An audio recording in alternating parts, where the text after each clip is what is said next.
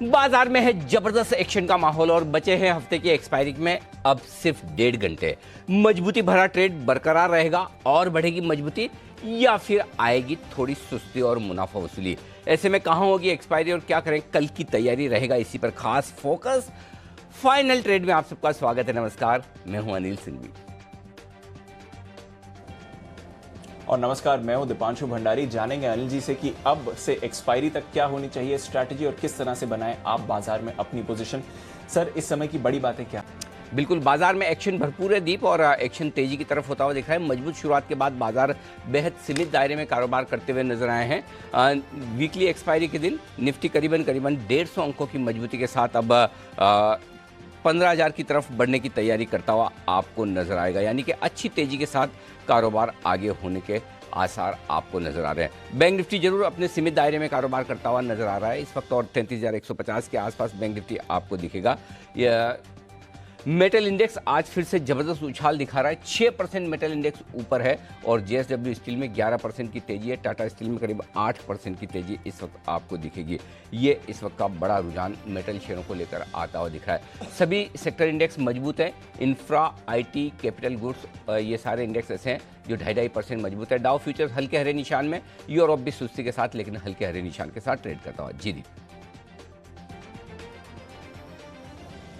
बिल्कुल, तो ये रहा बाजार का पूरा सेटअप। इस समय थोड़ी ग्लोबल बाजारों में सुस्ती है, बट पॉजिटिव ट्रैक्शन के साथ ही ज्यादातर ये बाजार ट्रेड करते हुए देख रहे हैं।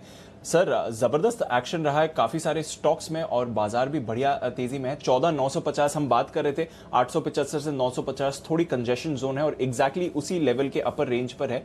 किस तरह का एक्शन देखते हैं सर आने वाले 1.5 घंटे के लिए? अब दीप, फिलहाल ऐसी कोई खास समस्या है नहीं कि जहां आपको ये डर लगे कि बहुत ज़्यादा खराबी होने वाली है। लेकिन आप जिन लेवल्स के आसपास है वो बड़े इंटरेस्टिंग है। 15,000 के आसपास हाईएस्ट ओपन इंटरेस्ट है कॉल्स में, तो 40-50 पॉइंट की जगह और है निफ्टी में। बैंक निफ्टी 33,300 33,000 इस रेंज में ट्रेड करता हुआ दिख रहा है। तो अब आगे यहाँ से लीडरशिप लेनी है तो बैंक निफ्टी की ज़रूरत है आपको, क्योंकि निफ्टी के लिए स्कोप कम होता दिख रहा है। 15,000 बहुत ज़्यादा हो गया तो 15,050, तो वहाँ से बैंक निफ्टी के लिए दौड़ लगाना थोड़ा मुश्किल है। लेकिन बैंक निफ्टी के लिए अब भी जगह है। 33,300 पार करते हैं आपके लिए 33,500 और 33,625 तक जाना कोई बहुत मुश्किल काम नहीं है। तो मुझे लगता है मेक और ब्रेक के लिहाज से बैंक निफ्टी पर नजर रखनी चाहिए। अल्टीमेटली देखिए, अगर बाजार को कुछ बड़े और अहम लेवल पार करने तो सभी सेक्टर्स का सहयोग चाहिए और सभी सेक्टर्स का सहयोग वैसे है, जरूरत से ज़्यादा मेटल्स का मिल चुका है। आईटी भी अपनी समझ से बढ़िया ही काम कर रहे हैं। एफएमसीजी शेयर ठीक ठाक हैं।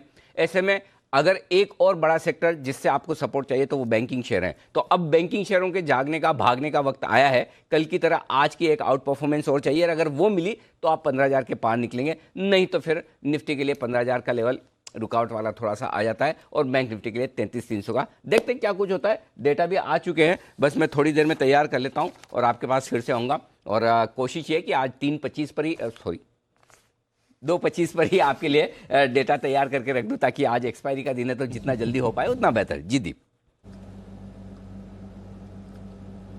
बिल्कुल सर, तो डेटा एनालिसिस का इंतजार करेंगे अनिल जी की तरफ से, पर ढेरों स्टॉक्स हैं एक्शन में, वहां पर भी हमारे एक्सपर्ट से राय लेंगे और साथ ही आपको बताएंगे कहां पर आपको बाजार में रखनी है नजर। उससे पहले देख लेते हैं आने वाले दिनों के लिए कुछ अहम इवेंट्स और साथ ही आज के खबरों वाले शेयर्स। मानसी और वरुण रोज की तरह हमारे साथ तैयार है। मानसी, गुड आफ्टरनून, बताएं कौन से इवेंट्स पर नजर है? बिल्कुल, गुड आफ्टरनून दीपांशु। कोरोना पर प्रधानमंत्री मोदी की मुख्यमंत्रियों के साथ जो शाम को 6:30 बजे बैठक होने वाली है, काफी इंपॉर्टेंट इवेंट आज के लिए। कल मैक्रोटेक डेवलपर्स का आईपीओ बंद हो जाएगा। प्राइस बैंड 483 से 486 रुपए है। आरबीएनएल ₹1.14 प्रति शेयर के अंतरिम डिविडेंड की कल रिकॉर्ड डेट होगी। वहीं अंबुजा सीमेंट एजीएम भी करने जा रहा है। साथ ही भारत चीन के बीच 11वें दौर की सैन्य वार्ता भी होने की संभावना है। इसके अलावा चेन्नई में आईपीएल 2021 की शुरुआत कल से हो जाएगी। पहला मैच मुंबई इंडियंस और रॉयल चैलेंजर्स बैंगलोर के बीच होगा। और अंत में शनिवार के ट्रिगर ब्रिटानिया ₹62 प्रति शेयर के अंतरिम डिविडेंड की रिकॉर्ड डेट तय की गई है, तो इस पर भी फोकस होगा 10 अप्रैल के लिए। ओके, तो कुछ अहम ट्रिगर्स, इवेंट्स आपके लिए जहां पर रखनी है नजर। इससे पहले कि वरुण से खबरों वाले शेयर्स जाने, पहला बिगुल क्लोजिंग शो का वागले साहब के लिए, वागले का वंडर।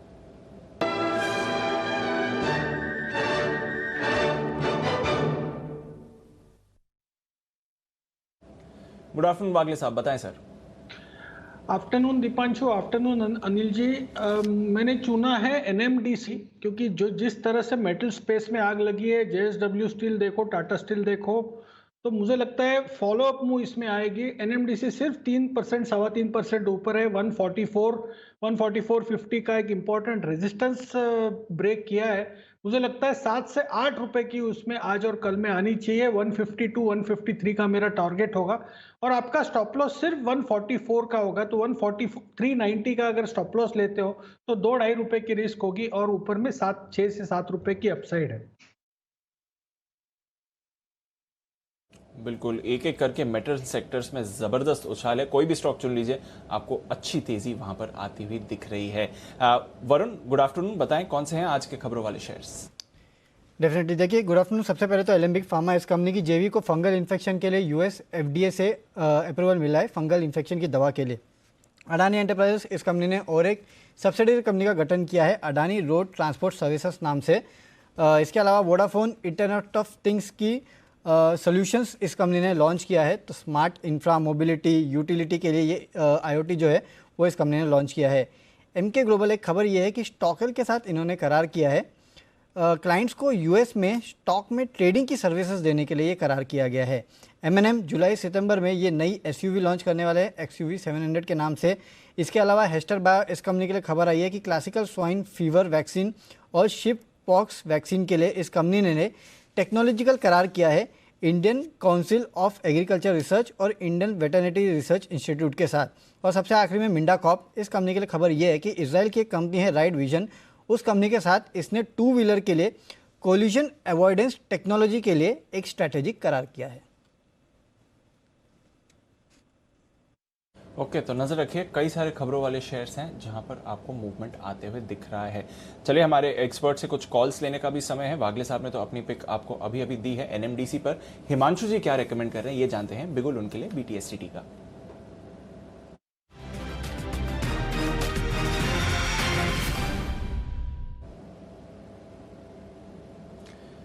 गुड आफ्टरनून हिमांशु जी, बताएं सर।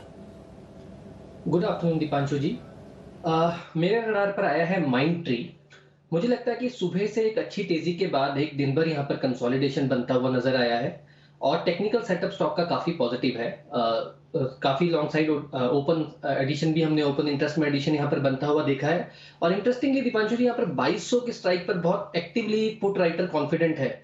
मुझे लगता है कि ये स्टॉक अच्छी तेजी के लिए तैयार है, तो माइंड ट्री में खरीदारी की राय है। फ्यूचर्स में खरीदारी करके चला जा सकता है।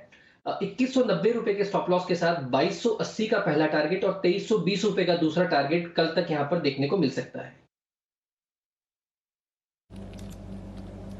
ओके, तो माइंड ट्री पर करनी है खरीदारी। मिड कैप आईटी को मत भूलिएगा, बाकी कितना भी रोटेशन बाजार में क्यों ना होते रहे, मिड कैप आईटी एक ऐसी जगह है जहां पर आप अपने मूवमेंट को इग्नोर नहीं कर सकते, और एक एक करके सभी स्टॉक्स आपको कुछ ना कुछ मूवमेंट देते हैं। अभी एचसीएल टेक पर भी खरीदारी आ रही है, माइंड ट्री पर मूवमेंट आया, निचले स्तरों से कोफोज भी रिकवर करते हुए दिख रहा है। टेक महिंद्रा, एम्फोसिस, विप्रो, इन्फोसिस, इन सभी स्टॉक्स पर पिछले कुछ मिनटों में आपने खरीदारी के संकेत आते हुए देखे, तो वापस आईटी पर पॉजिटिव मूवमेंट होते हुए दिख रहा है। बैंक निफ्टी थोड़ा फिसला है, सिर्फ अब 50 अंक ऊपर है, वापस 33,000 के करीब बैंक निफ्टी आते हुए दिख रहा है। पर आईटी स्टॉक्स में बढ़िया एक्शन आ रहा है, जिसकी वजह से आप देख रहे हैं निफ्टी फिलहाल 14,950 के पास इस समय है। तो आईटी पर नजर रखिए, क्लोजिंग सेशन के लिए यहां पर अच्छा एक्शन आ सकता है।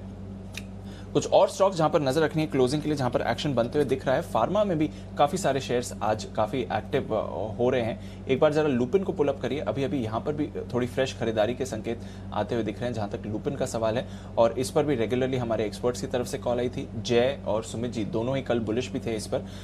सुमित जी बताएं, लुपिन पर अभी अभी मूवमेंट आया है, आफ्टरनून के लिए कोई ट्रेड दिख रहा है, इस समय किस लेवल्स पर इंपॉर्टेंट नजर रहेगी? गुड आफ्टरनून दीपांशु, बिल्कुल आपने एकदम सही याद दिलाया है। लुपिन हमने बाय का व्यू दिया हुआ और डेज हाई पे ट्रेड कर रहा है, और लुपिन के साथ साथ बहुत सारे फार्मा स्टॉक्स हैं जो डे हाई के पास ट्रेड कर रहे हैं। तो मेरे को ऐसा लग रहा है कि फार्मा में भी यहां से धीरे धीरे करके एक अच्छा अपसाइड मूव देखने को मिलेगा, और जिस तरह से मेटल सेक्टर पूरा परफॉर्म कर रहा है वैसे ही फार्मा भी आने वाले दिनों में परफॉर्म करेगा। 1050 के आसपास लुपिन अभी ट्रेड कर रहा है। इसका इमीडिएट ऊपर में हर्डल 1065 का है। 1065 का लेवल टूटने पे 1100 तक के लेवल लुपिन में जल्दी शॉर्ट टर्म में ट्रेडिंग के लिहाज से देखने को मिलेंगे, और लास्ट 2-3 दिनों में जिन्होंने बाय कर रखा है वो लोग होल्ड करें। 1030 1032 के आसपास का स्टॉप लॉस लगाएं। 1065 का लेवल निकलने के बाद 1100 रुपए तक के लेवल लुपिन में देखने को मिल सकते हैं। ओके, तो 1100 के लेवल्स लुपिन में देखने को मिल सकते हैं। नजर रखिए इस काउंटर पर भी, पर नजर नहीं हटती है आज मेटल स्पेस से, और लगातार किसी भी मेटल स्टॉक को आप चुन लीजिए, आपको जबरदस्त तेजी में ये दिखेंगे। बट JSW स्टील, इसको इग्नोर नहीं किया जा सकता है। आज सुबह सेठी साहब भी इसके बारे में बात कर रहे थे। आरती इंडस्ट्रीज के साथ साथ JSW स्टील पर भी उन्होंने खरीदारी की राय दी थी और 575 के टारगेट्स दिए थे। उसके तो और बहुत ही बियॉन्ड स्टॉक जा चुका है, फिलहाल 625 के करीब ट्रेड करते हुए दिख रहा है।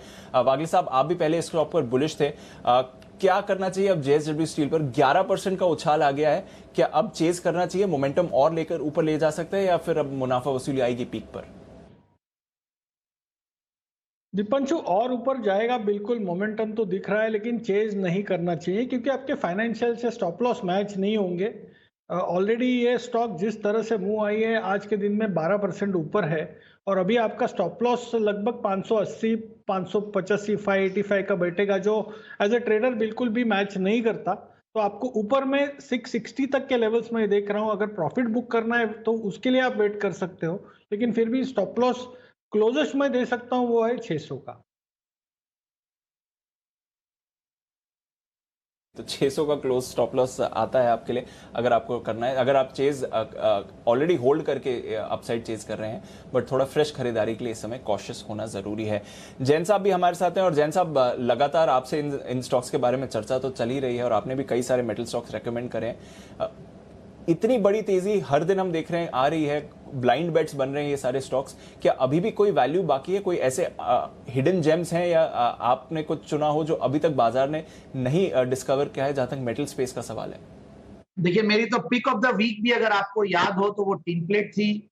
मैथन एलॉयज मैंने जैन साहब के जेम्स में दिया हुआ था, वो भी बहुत बढ़िया चला इस वीक, शायद सेठी साहब ने भी उसको बताया था। और तीसरी बात, रत्नमणि मेटल्स मैंने दिया हुआ है SPL मिड कैप में, वो भी बहुत जबरदस्त चला हुआ है। JSW, टाटा स्टील, सेल, ये सब तो चल ही रहा है। मिधानी एक स्टॉक है जो मेटल्स में है और वो नहीं चल रहा है ज्यादा, तो मैं मिधानी पे थोड़ा फोकस करने बोलूंगा। बाकी देखिए, जिस तरीके से प्राइसेस बढ़ाए हैं ये कंपनी वाले, तो सर्टेनली देखिए माहौल बना हुआ है, और मेटल स्टॉक्स में बहुत बड़ी साइकिल एक चलती है, 8-8, 9-9 साल के बाद की बड़ी तेजी है। So I am very bullish. But ये है जो वागले साहब ने बोला, मैं उनके साथ बिल्कुल सहमत हूं कि देखिए, आप फाइनेंशियल्स मैच नहीं कर रहे हैं, रिस्क रिवॉर्ड रेशियोज को देखना बहुत जरूरी होता है। अब डिक्लाइंस पे ही खरीदने की कोशिश करें, और या फिर जिन्होंने ले रखा तो वो अपने स्टॉप लॉसेस को स्ट्रिक्टली मेंटेन करने की कोशिश करें और प्रॉफिट को घर ले जाने की भी कोशिश करें, क्योंकि और भी स्टॉक्स मिलेंगे मार्केट्स में। मिड कैप, स्मॉल कैप में वाकई में बहुत जबरदस्त माहौल बना हुआ है। आई am very bullish on mid cap and small cap, जहां पे वैल्यू दिखती है। बिल्कुल, तो मिड कैप स्मॉल कैप्स में अभी भी वैल्यू है। मिश्र धातु मिधानी पर नजर रखिए। बाकी मेटल स्टॉक्स के मुकाबले इसमें इतनी बड़ी मूव अभी नहीं आई है। ये एक काउंटर है जहां पर इंटरेस्टिंग एक्शन हो सकता है। पर इंटरेस्टिंग एक्शन के लिए एक और काउंटर तैयार है, जानते हैं राकेश जी कुणाल जी से शॉर्ट कॉर्नर में।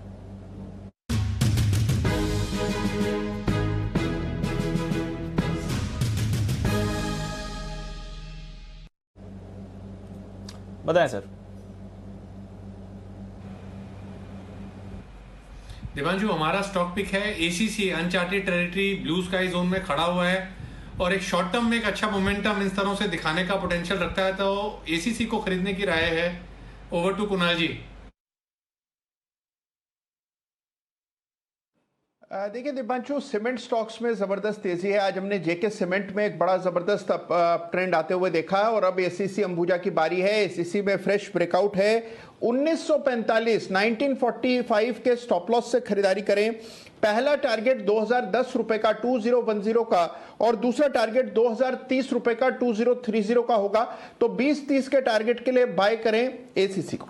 20-30 के टारगेट के लिए खरीदारी करें, और 20 और 30 50 रुपये, यानी 50 रुपये मिलेंगे 1975 रुपये के भाव से 2030 तक 55 रुपये। ये है राय आपके लिए आती हुई इस वक्त कुणाल जी और राकेश जी की तरफ से। NMDC, माइंट्री, SCC 3 कॉल्स अब तक आपके लिए आ चुके हैं।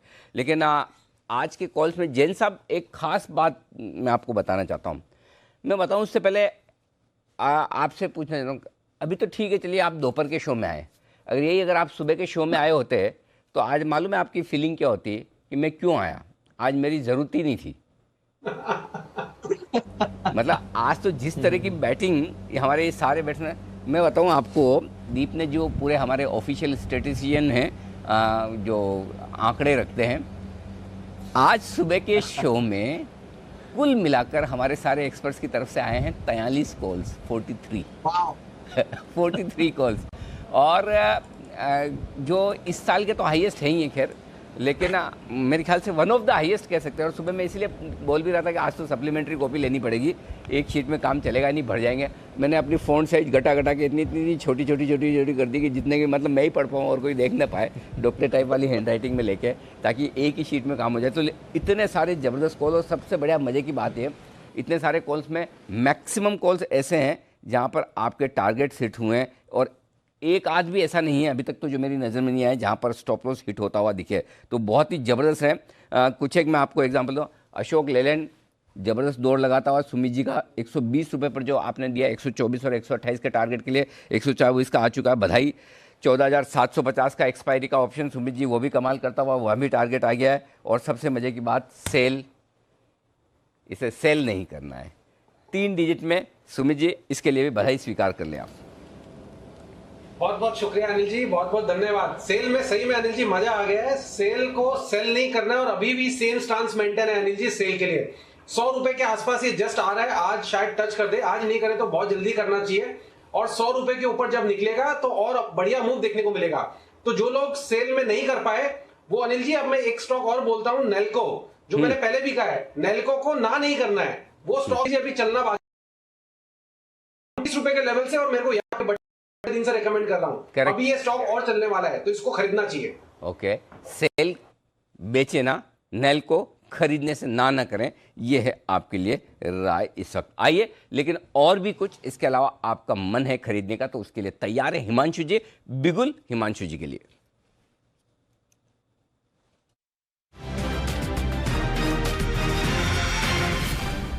बताएं सर। अनिल जी एक और स्टॉक जो मुझे रडार पर आया है जो कि एक अच्छे ब्रेकआउट के लिए तैयार है वो है पिडीलाइट। स्टॉक ने एक अच्छे कंसोलिडेशन के बाद 1900 रुपए के ऊपर यहाँ पर एक ब्रेकआउट दिया है। मुझे लगता है कि स्टॉक यहाँ से और ऊपर के लेवल्स दिखा सकता है। 1965 रुपए का टारगेट स्पॉट के हिसाब से पिडीलाइट में मैं एक्सपेक्ट करता हूँ आज या कल तक के सेशन के लिए। 1895 रुपए का स्पॉट लेवल्स के अकॉर्डिंगली एक स्टॉप लॉस यहाँ पर मेंटेन किया जा सकता है। ओके, स्पॉट लेवल, ये फ्यूचर के क्यों नहीं दे रहे हैं आप? जी नजर स्पॉट पर पड़ी बस, बाकी कोई ऐसा खास डिफरेंट नहीं है। 6 रुपए ऊपर है फ्यूचर, सेकंड एडजस्ट किया जा सकता है। अच्छा, मुझे लगा कोई खास बात हो तो मैंने कहा पूछ लूं। चलिए, नज़र जहां पड़ गई वो बराबर है। तो फ्यूचर्स के नहीं, स्पॉट के लेवल हैं, तो स्पॉट के हिसाब से आप स्टॉप लॉस टारगेट लगा लें। 1895 स्टॉप लॉस का लेवल है, 1965 आपका होगा टारगेट, जिसके लिए आपको करनी है खरीदारी। ये है राय पिडीलाइट में खरीदारी करने की आपके लिए आती हुई दिख रही है। ओके, और इस बीच आशु सर की तरफ से भी एक अपडेट आया है आपके लिए, और वो मैं बता दूं, 14,800 और 14,900 का जो स्प्रेड 10 रुपये में बनवाया था, आशु जी कमाल करे भाई साहब। आजकल आशु जी भी 10 वाला 40, 50, 60 से कम में करते नहीं है। तो जो स्प्रेड आपका कल 10 रुपये में बना था वो 40 से 50 रुपये में है अभी प्रॉफिट में, यानी कि भाव उसका 50 से 60 रुपये हो गया। 10 रुपये लगाकर 40 रुपये का मुनाफा, 50 रुपये का मुनाफा। एंजॉय कीजिए लाइफ, और वो लाइफ आप एंजॉय तभी कर पाएंगे जब आप प्रॉफिट बुक कर लेंगे। तो उनकी राय आ गई है, और ये लगातार दूसरा स्प्रेड है आशु जी की तरफ से, जहां पर 10 रुपये के स्प्रेड में उन्होंने स्ट्रेटेजी बनाने की राय दी है, 40 से 50 का मुनाफा हुआ है। कुणाल जी, जो हमारे बीच में न सिर्फ हमारे सारे एनालिस्ट के नेता हैं, बल्कि एक अच्छे साहित्यकार भी मैं उन्हें मानता हूं, क्योंकि नामकरण के मामले में वो बहुत माहिर हैं। कुणाल जी, क्या आपको लगता है कि आशु जी का नाम स्विंग के सुल्तान के बजाय, क्योंकि आजकल मंदी की बात तो बहुत ही कम करते हैं, मतलब कमी कर दी, नहीं के बराबर ही कर दी, कभी कभी वो अपने पुराने वायरस आ जाते हैं तो बोलते हैं, बाकी तो बोलते भी नहीं है।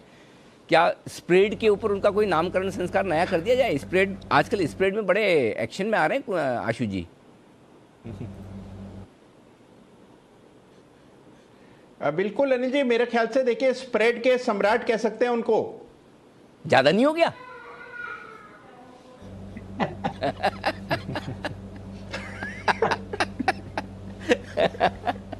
चलिए, तो अनिल जी फिर सोच के बताता हूँ अनिल जी, थोड़ा इसको कम करता हूँ, मुझे भी लगता है ज्यादा हो गया। नहीं, वैसे सम्राट से कम में वो मानेंगे भी नहीं, अभी ऑलरेडी सुल्तान है, स्विंग के सुल्तान, तो सुल्तान के साथ सुल्तान का हिंदी शब्द जी जैन साहब कुछ कह रहे हैं। जी जैन साहब, जी जैन साहब, स्प्रेड के सरगना। एक मिनट, क्या बोले, वापस बोलिए। स्प्रेड के सरगना। अच्छा, ओके। और हिमांशु जी बोलिए आप जी। स्प्रेड के सुपरस्टार। हाँ, ये भी अच्छा है। चलिए, तो कुल मिलाकर बात ये है कि ज़बरदस्त एक्शन उनके रिकमेंड किए हुए स्प्रेड में आता हुआ दिख रहा है। बैक टू बैक 10 रुपये के स्प्रेड में 40-50 रुपये का मुनाफा बनाना वाकई में बहुत बड़ी बात है ऑप्शन ट्रेडर्स के लिए। जो ऑप्शन ट्रेड करते हैं वो इस बात को समझते हैं कि इसका क्या मतलब होता है, मिनिमम रिस्क और मैक्सिमम मुनाफा ये है। और सबसे बड़ी बात, सोच समझकर दिमाग लगाकर वो स्ट्रेटेजी जो देते हैं वो ज़बरदस्त है। इस बीच कई सारे स्टॉक्स ऐसे हैं जहां पर भरपूर एक्शन होता हुआ दिख रहा है। आज सुबह एक स्टॉक की बहुत जमकर बात हुई, वो है जस्ट डायल। आपके सामने लाया जाए, जस्ट डायल का स्टॉक 940 रुपये के आसपास सचिन जी ने रिकमेंड किया था और वो 990 रुपये का हाई बनाकर आया है। ये स्टॉक भी ज़बरदस्त कमाल करता हुआ दिखा और उसमें वागले साहब ने भी कहा था कि मजबूती की तरफ आगे बढ़ने को तैयार है। वागले साहब, एक बार जरा इसके चार्ट्स देखकर फ्रेश राय दे दें जस्ट डायल पर। अनिल जी, पैटर्न अभी भी इंटैक्ट है। जब तक ये 950 के ऊपर टाइम स्पेंड करेगा, सस्टेन करेगा। मैं अभी जिन्होंने मॉर्निंग में लिया है, क्योंकि सचिन जी ने जब कहा था आई थिंक 930-35 था, तो अभी आप 945 का स्टॉप लॉस लगा के खड़े रहे। मेरे हिसाब से तो 1100 तक का पोजिशनल व्यू बैठता है। ओके, तो 1100 तक का पोजीशनल व्यू अभी भी बनता है जस्ट डायल में। नजर रखिए, कैश स्टॉक्स पर से नजर नहीं हटानी है। यहाँ पर भी mind you circuit filter revise हुआ था जिसका फायदा काउंटर उठाते हुए दिख रहा है। तो जस्ट डायल एक और काउंटर जहां पर आपको जबरदस्त तेजी के माहौल आते हुए दिख रहे हैं। एक्शन में आ रहे हैं कई सारे और stocks. AU small finance bank पर एक बढ़िया मूव आती हुई दिख रही है, फिलहाल 2.5% ऊपर है। अभी अभी एक मूव स्टार्ट हुई है जहां तक एयू स्मॉल फाइनेंस बैंक का सवाल है। बंसल जी, जरा इसके चार्ट देखिए, क्या चल रहा है एयू स्मॉल फाइनेंस बैंक। देखिए दीपांशु, बढ़िया टेक्निकल स्ट्रक्चर है यहाँ पर और जिस तरीके से रुझान है, डेफिनेटली खरीदारी की राय है। 1245 1245 का एक स्टॉप लॉस लगाना चाहिए और पहला टारगेट यहाँ पर 1272 का बैठता है और 1272 के लेवल्स टूटेंगे तब 1285 87 के लेवल्स भी यहाँ देखने को मिलेंगे। ओके, तो ये है आपके लिए एयू स्मॉल फाइनेंस बैंक, बढ़िया एक्शन में आते हुए दिख रहा है ये काउंटर। टाइटन पर भी एक बड़ी मूव आ रही है। हिमांशु जी, टाइटन के चार्ट देखिए, क्या इस बार फाइनली 1600 के ऊपर जाएगा? दीपांशु जी, ऐसा लगता है कि अब की बार टाइटन में एक अच्छा ब्रेकआउट आया है और जो चार्ट फॉर्मेशन है वो काफी पॉजिटिव है। तो मुझे लगता है कि बिल्कुल यहाँ पर करंट लेवल्स पर भी खरीदारी करके चला जा सकता है। 1555 रुपए का एक स्टॉप लॉस लगाया जा सकता है और अपसाइड में पहला टारगेट 1600 रुपए का रहेगा और अगर उसके ऊपर चलना शुरू होता है तो मुझे लगता है कि ये नए हाइस की तरफ जाता हुआ देखने को मिल सकता है। बिल्कुल नए हाई की तरफ टाइटन जाते हुए दिख सकता है। देखिए, आज डेज हाई पर ऑलरेडी है और 1600 की तरफ नजर बनाई हुई है। बिगुल, सुमित जी के लिए सुमित के सुपरहिट।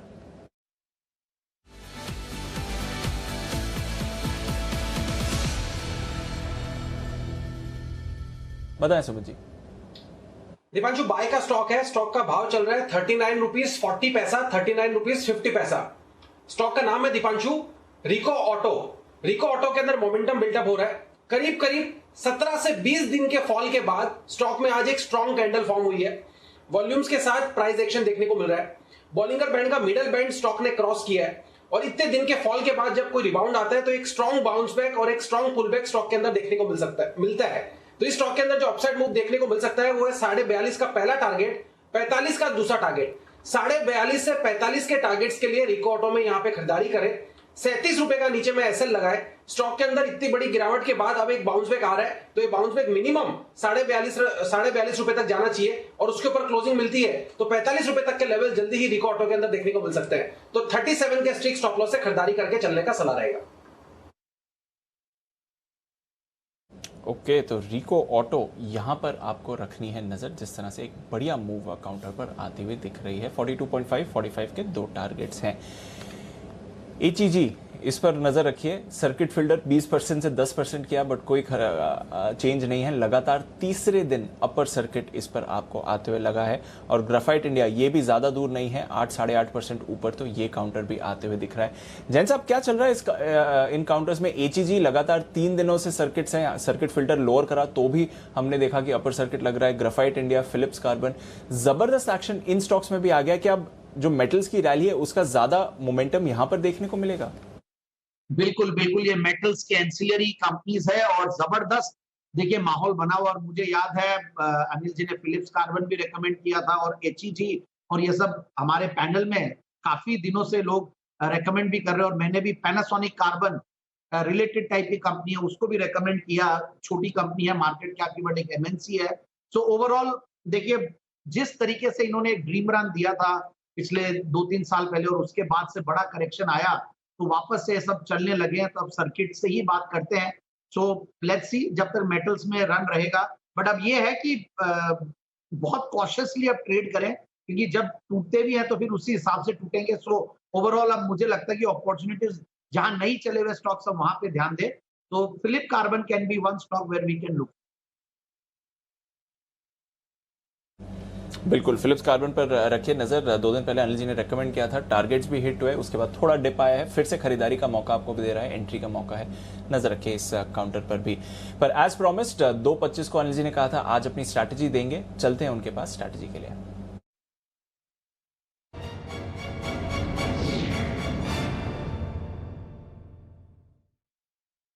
सर ग्लोबल क्यूज ठीक ठाक हैं। सुबह से ही हम देख रहे हैं डाउ फ्यूचर्स एक सीमित दायरे में ही कारोबार कर रहे हैं, मामूली बढ़त के साथ इस समय ट्रेड करते हुए दिखेंगे। नैस्डैक फ्यूचर्स में बढ़िया एक्शन आते हुए दिख रहा है, आधे % से ज्यादा की तेजी आपको नैस्डैक फ्यूचर्स में इस समय आती हुई दिखेगी। कल हमने देखा कि towards the end of US markets थोड़ा बॉन्ड यील्ड की वजह से IT स्टॉक्स फिसले थे, बट वहां पर एक्शन ठीक है। उनकी जो 10 साल की बॉन्ड यील्ड है कल के हिसाब से देखें तो स्टेबल है, 1.65 के लेवल्स के आसपास ट्रेड कर रही है। यूरोप में अच्छा ट्रेड है, आधे % की तेजी आपको फ्रांस के बाजार दिखा रहे हैं, यूके और जर्मनी भी पॉजिटिव टेरिटरी में ही है। और एशिया की जहां तक आज बात है, हांगकांग के बाजार 1-1.25% ऊपर बंद हुए थे, चीन और जापान एकदम सपाट। तो पॉजिटिव या लार्जली पॉजिटिव ही कह सकते हैं ग्लोबल क्यूज सर।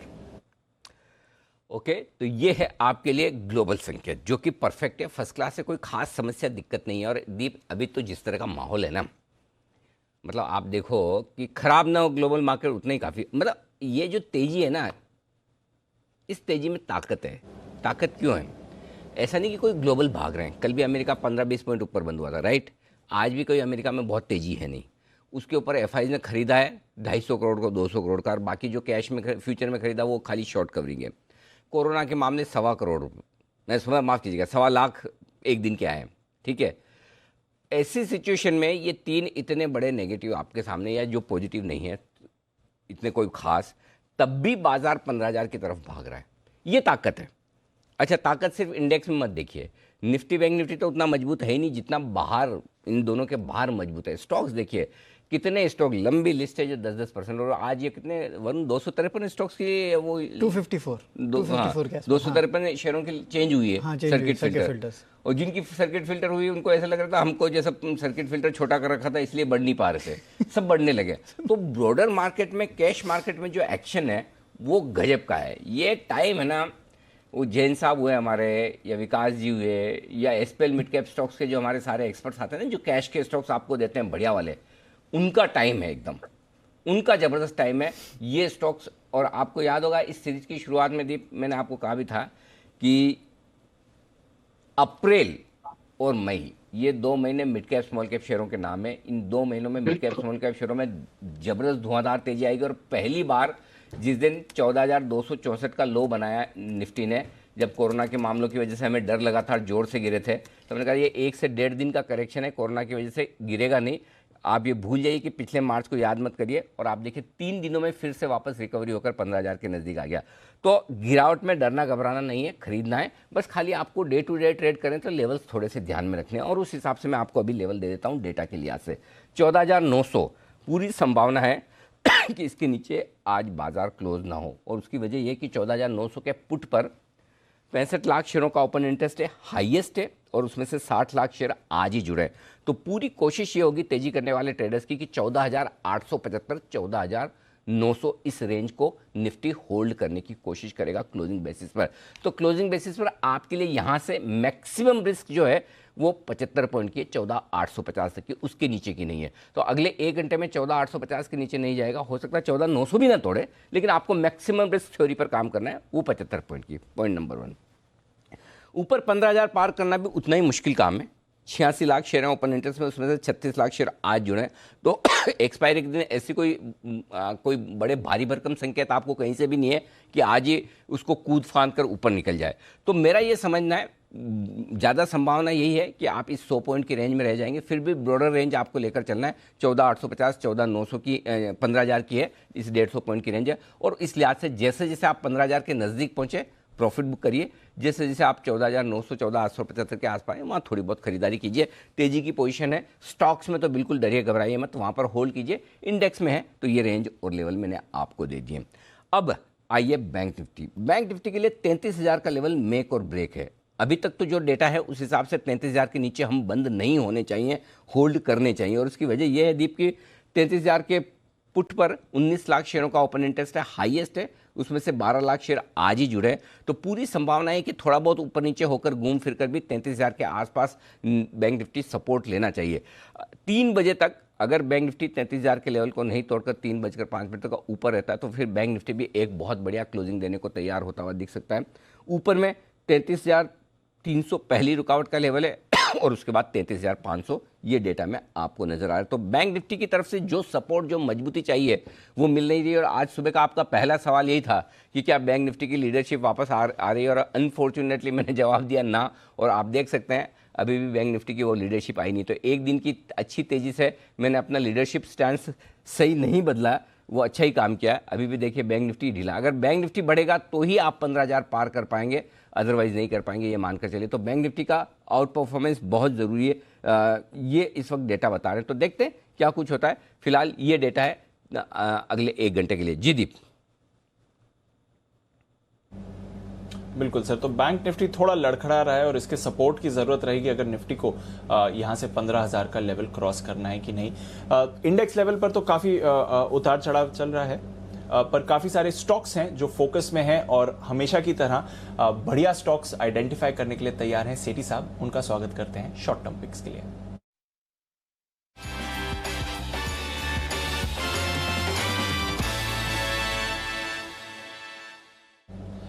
सेठी साहब, स्वागत है आपका आज के कॉल्स में। उससे पहले जो सुबह आपने जेएसडब्ल्यू स्टील की बात करी थी और कहा था शॉर्ट टर्म में 575 के टारगेट आएंगे, 625 के पार गया है स्टॉक जेएसडब्ल्यू स्टील का। सेठी साहब क्या चल रहा है इसमें?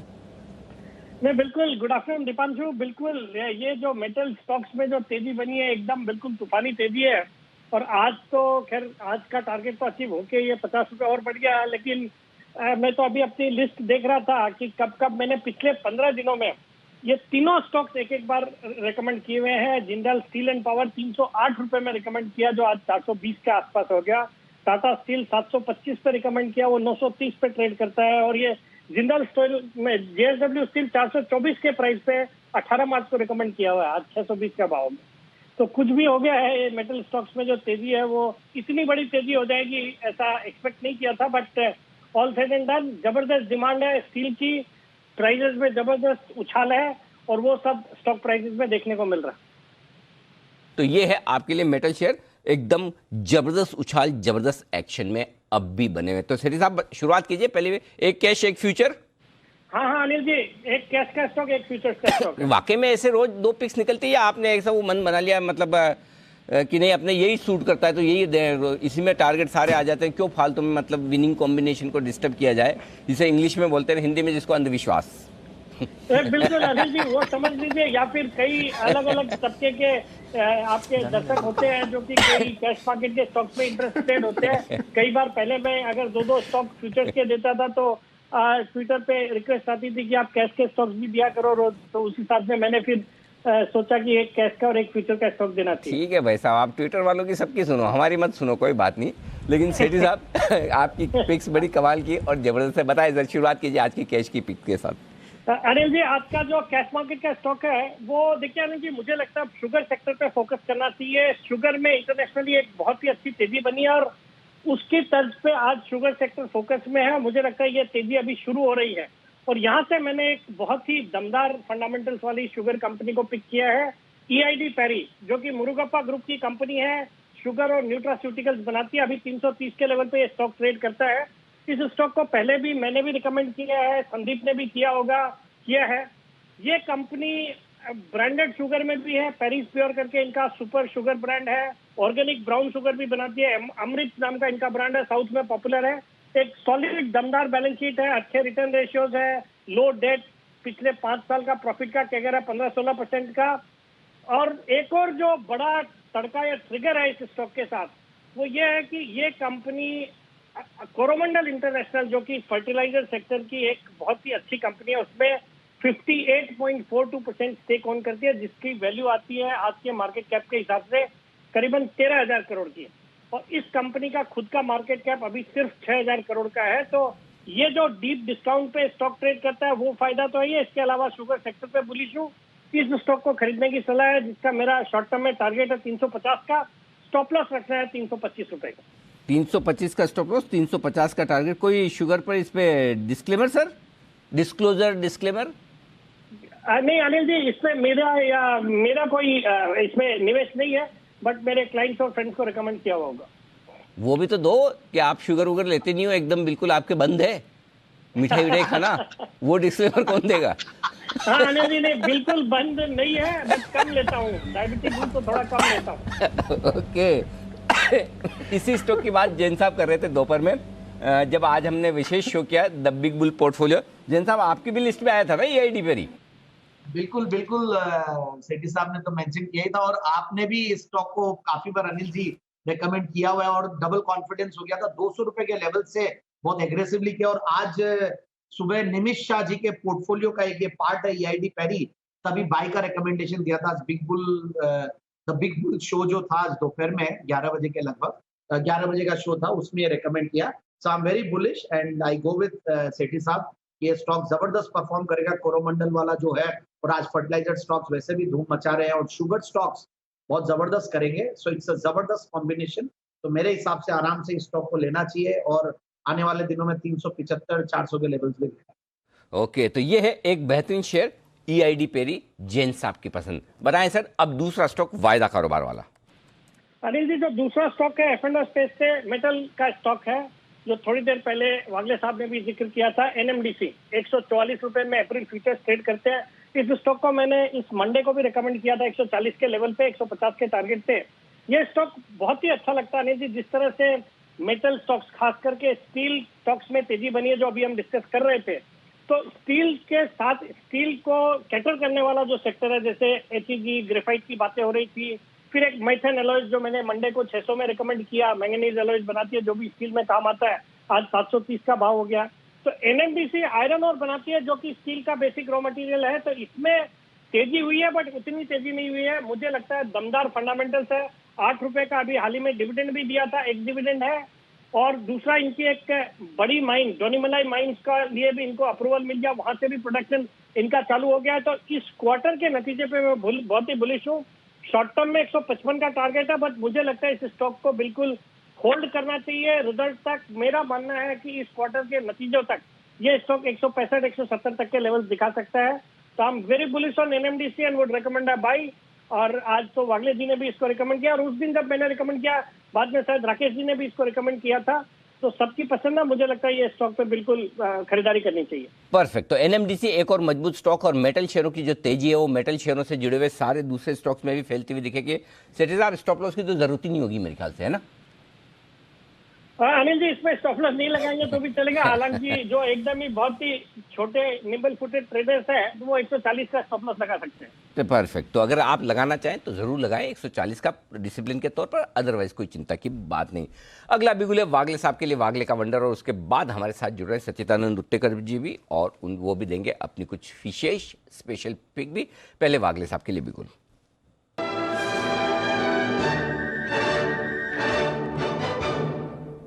जी वागले साहब बताएं sir. Anil ji, HDFC AMC मेरे रडार पर आया है, 3015 का भाव है। मुझे लगता है ये 3000 का ब्रेकआउट हुआ है, मुझे लगता है यहाँ पर ले लेना चाहिए। 2980 का स्टॉप लॉस होगा, और 3120 का टारगेट। मुझे यहाँ से भी 100 रुपए की अप मूव लग रही है 1 से 2 दिनों में। 10 रुपए में आया था इशू, और देखिए 2019 का इशू, 2021 में 3000। गजब का एक्शन HDFC म्यूचुअल फंड में, HDFC AMC 3120 के टारगेट के लिए ट्रेडिंग तौर पर आप यहां से 100-125 रुपए ऊपर के लेवल 2980 का लगाएं आप स्टॉप लॉस। अब स्वागत सचिन जी का।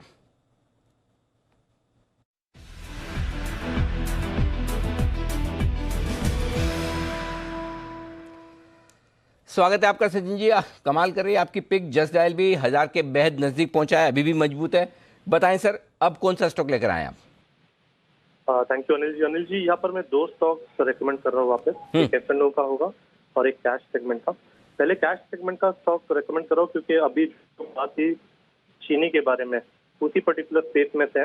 इनफैक्ट मैं स्टॉक का जिक्र करूंगा, बलरामपुर चीनी इसका नाम है।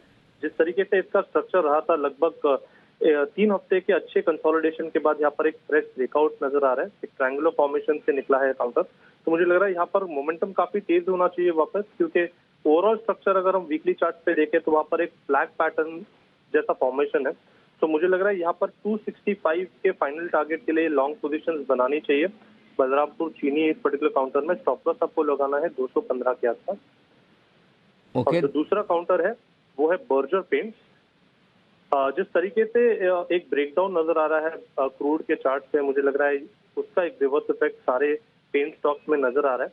एंड बर्जर पेंट्स में हाल फिलहाल में एक फ्लैग पैटर्न एस्टैब्लिश हुआ था, एक अच्छा रिवर्सल फॉर्मेशन हुआ था जिसे हम होमिंग पिजन बोलते हैं कैंडलस्टिक्स में, वो डेली चार्ट पे आया था। तो मुझे लग रहा है कहीं जाकर एक फॉर्मिडेबल बेस ऑलरेडी बन चुका है काउंटर में। तो अगली रफ्तार मुझे लग रहा है 795 के लेवल्स के आसपास तक की होनी चाहिए। तो 766 के आसपास खरीदारी करने की सलाह होगी। स्टॉप लॉस लगाना है 760 के पास एंड टारगेट होगा 795 का। 795 का टारगेट बर्जर पेंट्स पे करें खरीदारी और बलरामपुर चीनी यहाँ पर भी करनी है खरीदारी। 20 से 2 स्टॉक्स दोनों पर आपको एक्शन आते हुए दिख सकता है, नजर रखिए इन पर। एक्शन भरपूर है बाजार में इस समय। HDFC AMC पर अभी वागले साहब ने बात करी, वहां पर एक बढ़िया मूव आ रहा है, पर बाकी ब्रोकर्स और AMC स्टॉक्स भी फोकस में आपको आते हुए दिख रहे हैं। एम्फी से पिछले वित्त वर्ष के अपडेट्स आते हुए दिख रहे हैं, जहां तक कि इंडस्ट्री के एसेट अंडर मैनेजमेंट और बाकी स्कीम के इनफ्लो और आउटफ्लो का सवाल है, तो वो डेटा आपकी स्क्रीन पर आते हुए दिख रहा है। इसलिए थोड़े ये वाले स्टॉक्स भी आपको फोकस में आते हुए दिख रहे हैं। अभी वागले साहब ने HDFC AMC पर खरीदारी की, 3040 के पार है, तो वहां से आप एक्शन बाजार का कोरिलेट कर सकते हैं। पर एक स्पेस जहां पर जबरदस्त तेजी का माहौल बना हुआ है पिछले कुछ समय से, फार्मा स्टॉक्स। आज अनिल जी ने भी आपको औरबिंदो पर खरीदारी की राय दी है। क्यों आ रहे हैं वापस फोकस में फार्मा स्टॉक्स, आइए जानते हैं देवांशी के साथ। देवांशी, बताएं क्या चल रहा है फार्मा स्पेस पे? बिल्कुल, आप देखिए दीपांशु, जिस तरह से अब वापस कोरोना के जो केसेस हैं वो बढ़ते हुए दिख रहे हैं, और अब हम देख रहे हैं कि जो दवाई हैं, जो इंजेक्शंस हैं, उसमें काफ़ी शॉर्टेजेस आते हुए दिख रहे हैं, और कई ऐसे प्रोडक्ट्स हैं और कई ऐसी कंपनीज़ हैं इसके चलते फोकस में है। सबसे पहले आप देखिए रेमडेसिविर, हम देख रहे थे कि सरकार लगातार ये फोकस कर रही है कि इसकी जो प्राइजेस हैं उसको कैप करे, क्योंकि हम देख रहे हैं इसकी जो मांग है वो लगातार बढ़ती हुई दिख रही है। शॉर्टेज हो रहे हैं रेमडेसिविर के, स्पेशली वेस्टर्न रीजन में, मध्य प्रदेश, महाराष्ट्र और गुजरात में हम देखें कि इसके जो शॉर्टेजेस हैं वो काफ़ी ज़्यादा, और इसके चलते इनकी जो कीमतें हैं वो लगातार बढ़ती हुई दिखी हैं। तो इसके चलते आप देखिए Cipla, doctor Reddy's, Jubilant Pharmova, Cadila health care जैसे स्टॉक्स हैं जिनको सरकार की तरफ से ये भी कहा गया है कि रेमडेसिविर का जो उत्पादन है वो लगातार बढ़ाएं।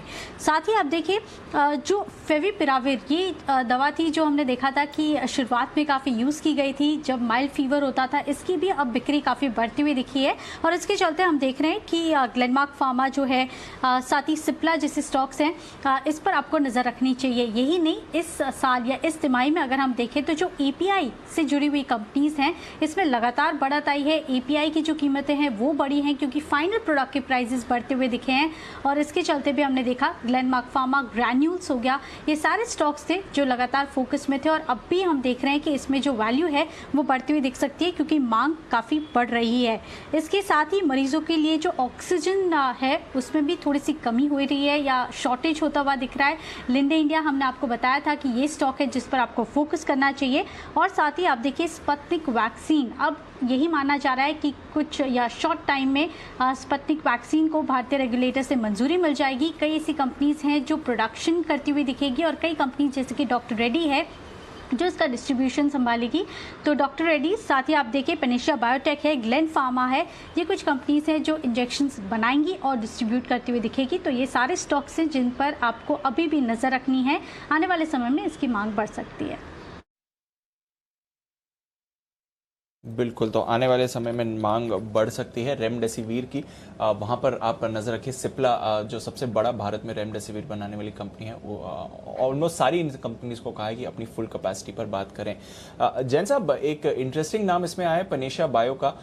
ये काफ़ी सारी कंपनीज के साथ करार हैं और स्पुतनिक वैक्सीन जब भी इसे मंजूरी मिलेगी, इसके प्रोडक्शन के साथ भी पनेशिया का नाम जुड़ा हुआ है। आप कवर करते हैं सर, कोई राय स्टॉक पर? नहीं, मैं डरता हूँ। मैं पेनेशिया बायोटेक वेरी फ्रैंकली, देखिए जबरदस्त चल रहा है, बट जहाँ पे फंडामेंटल्स देखता हूँ मैं और प्लेजिंग और ये सब इश्यूज आते हैं, और पास्ट में भी मैंने देखा हुआ एरेटिक मूवमेंट्स थे स्टॉक प्राइसेस में, तो मैं थोड़ा सा अवॉइड करता हूँ। और एक लॉस मेकिंग कंपनी है कई क्वार्टर से, कई सालों से, तो ठीक है, न्यूज पॉजिटिव है। जिनके पास है वो ट्रेलिंग स्टॉप लॉसेस के साथ होल्ड कर सकते हैं, बट फ्रेश खरीदारी की राय ऑलरेडी इसी अगर थीम पे जाए तो हमारे पास बहुत सारे अच्छे स्टॉक्स है। Even doctor Reddy's large cap में देख लीजिए, नैटको फार्मा है, बहुत सारे अच्छे नाम, ल्यूपिन और औरोबिंदो फार्मा, अनिल जी ने भी बताया। तो फार्मा स्टॉक्स में वैसे जाइए, और एफडीसी मैंने रेकमेंड किया हुआ है। The list is endless. Pharma में तो जबरदस्त परफॉर्मेंस आया ही है, so better go with the large caps. And even Biocon एक अच्छा करेक्शन आया हुआ है। बायोकॉन में सबसे बढ़िया बात क्या लग रही है, एक नेगेटिव न्यूज थी बीच में जब वो सीनियर पोजीशन पे जो एमडी थी वो रिजाइन की है, उसके बाद से करेक्शन के बाद एक अच्छा मूव आया है और बहुत बढ़िया लेवल पे है। एंड यहाँ पे भी एक बायोसिमिलर्स की भी इनके कोई आईपीओ आ सकता है, तो वहाँ वैल्यू अनलॉकिंग है। तो बायोकॉन मुझे बहुत बढ़िया लगता है। Syngene, Biocon, list is endless, but Panacea biotech के साथ मैं थोड़ा सा कंजर्वेटिव हूँ। I will not be going with it. Okay, तो ये है आपके लिए राय। कुछ और काउंटर्स जहां पर नज़र आपको रखनी चाहिए फार्मा में, जहां पर और अच्छा एक्शन आपको दिख सकता है। पर एक और स्पेस जहां पर एक्शन आपको दिख रहा है, कंजम्पशन यूनिवर्स में नज़र रखिए, और स्पेशली उन कंपनीज पर जो पैकेज फूड्स बनाती हैं। क्या चल रहा है, आइए जानते हैं वरुण के साथ। वरुण, बताइए, कंपनियां फिर से पैकेज फूड्स पर फोकस ला रही हैं?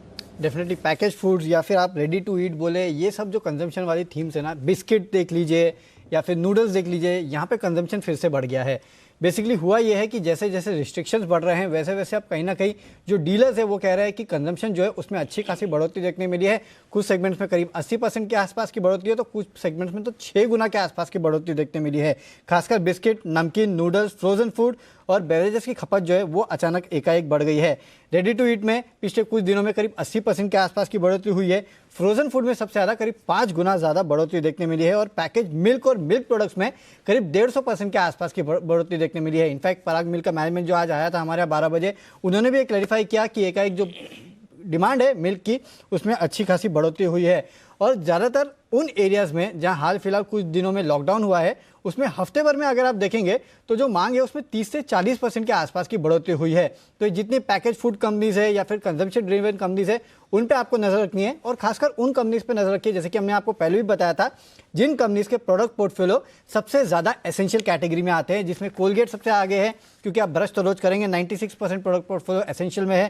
ब्रिटानिया, मैंने आपको बिस्किट का कहा कि किस तरह से बिस्किट की डिमांड बढ़ी है, और आपने देखा भी था पिछले साल जून जुलाई का जो तिमाही थी तब किस तरह का वॉल्यूम ग्रोथ इस कंपनी ने डिलीवर की थी। 94% प्रोडक्ट पोर्टफोलियो जो है वो एसेंशियल का है, HUL 90%, नेस्ले 83% के आसपास। तो खासकर ये 4 दिग्गज कंपनियां हैं जहाँ पे आपको नजर रखनी है, क्योंकि फिर से एक बार कंजम्पशन जो है वो बढ़ गया है। वर्क फ्रॉम होम लोग कर रहे हैं तो घर बैठे खा रहे हैं। ग्राउंड रिपोर्ट क्या है, लोग ज्यादा खा रहे हैं कि स्टोर कर रहे हैं कि वापस लॉकडाउन ना लग जाए इस चक्कर में? हाँ, बेसिकली यही है, थोड़ा बहुत इकट्ठा करना लोगों ने शुरू कर दिया, इसकी वजह से डिमांड बढ़ी। ओके, ठीक है, तो फिर से लोगों को थोड़ा ये लग रहा है कि थोड़ा लेके रख लिया जाए, वो वाली चीज़ें। ओके, तो ये है आपके लिए पैकेज फूड की डिमांड, और इस डिमांड की वजह से आप देख सकते हैं सारे FMCG स्टॉक्स में वॉल्यूम ग्रोथ तगड़ी आने की। ये मार्च के महीने में आएगी या अप्रैल में आएगी?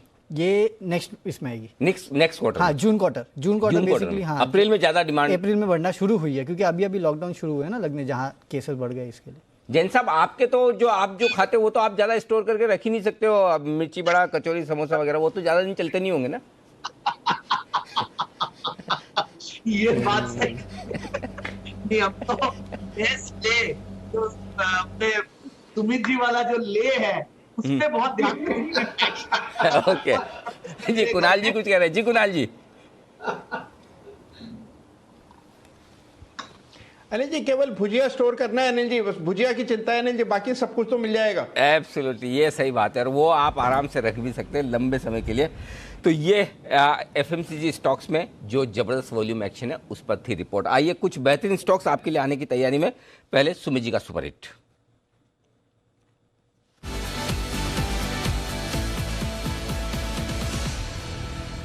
बनाए सर।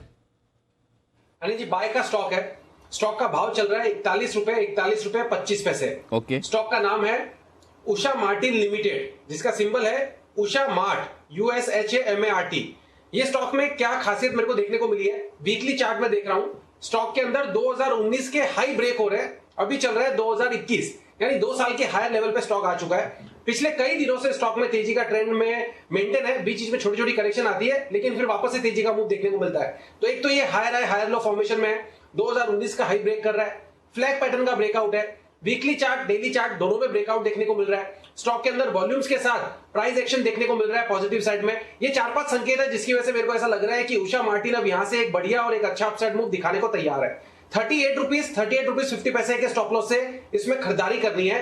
आने वाले कुछ दिनों के अंदर स्टॉक में यहां से एक बढ़िया अपसाइड मूव देखने को मिलना चाहिए, जिसमें 45 का बनेगा पहला टारगेट, 48 का बनेगा दूसरा टारगेट। ये 2 टारगेट्स को ध्यान में रखते हुए उषा मार्टिन में खरीदारी करें। 45 से 48 के टारगेट्स के लिए 38-50 का नीचे में स्टॉप लॉस लगाएं और 2 से 5 दिन का टाइम होराइजन लेके चलें।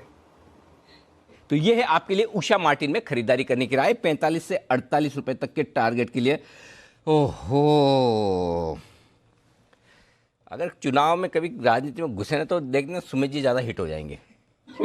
हाँ, ये कोई एक शेयर ऐसा बचेगा नहीं शेयर मार्केट में जिसे जो 50 से नीचे का रहे।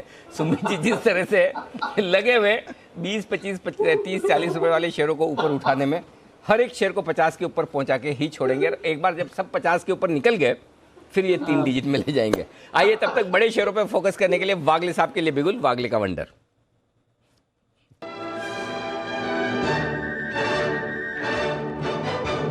जी वागले साहब बताएं सर। आया है नैम इंडिया, जो कि अभी अभी मतलब फ्यूचर्स में आया है और इसमें भी अच्छी खासी मूव आनी चाहिए। 362 363 के करंट भाव से बाय करें, 357 का स्टॉप लॉस होगा, 375 तक के अपसाइड में देख रहा हूँ आज और कल। ओके, 375 तक के टारगेट के लिए नाम इंडिया, निप्पॉन लाइफ में इसे खरीदे, ये है राय वागले साहब की तरफ से। और हिमांशु जी भी तैयार है एक के बाद एक। आज तो भाई साहब गजब ही रिकॉर्ड दिन है कॉल्स आने का, तो हिमांशु जी के लिए भी बिगुल।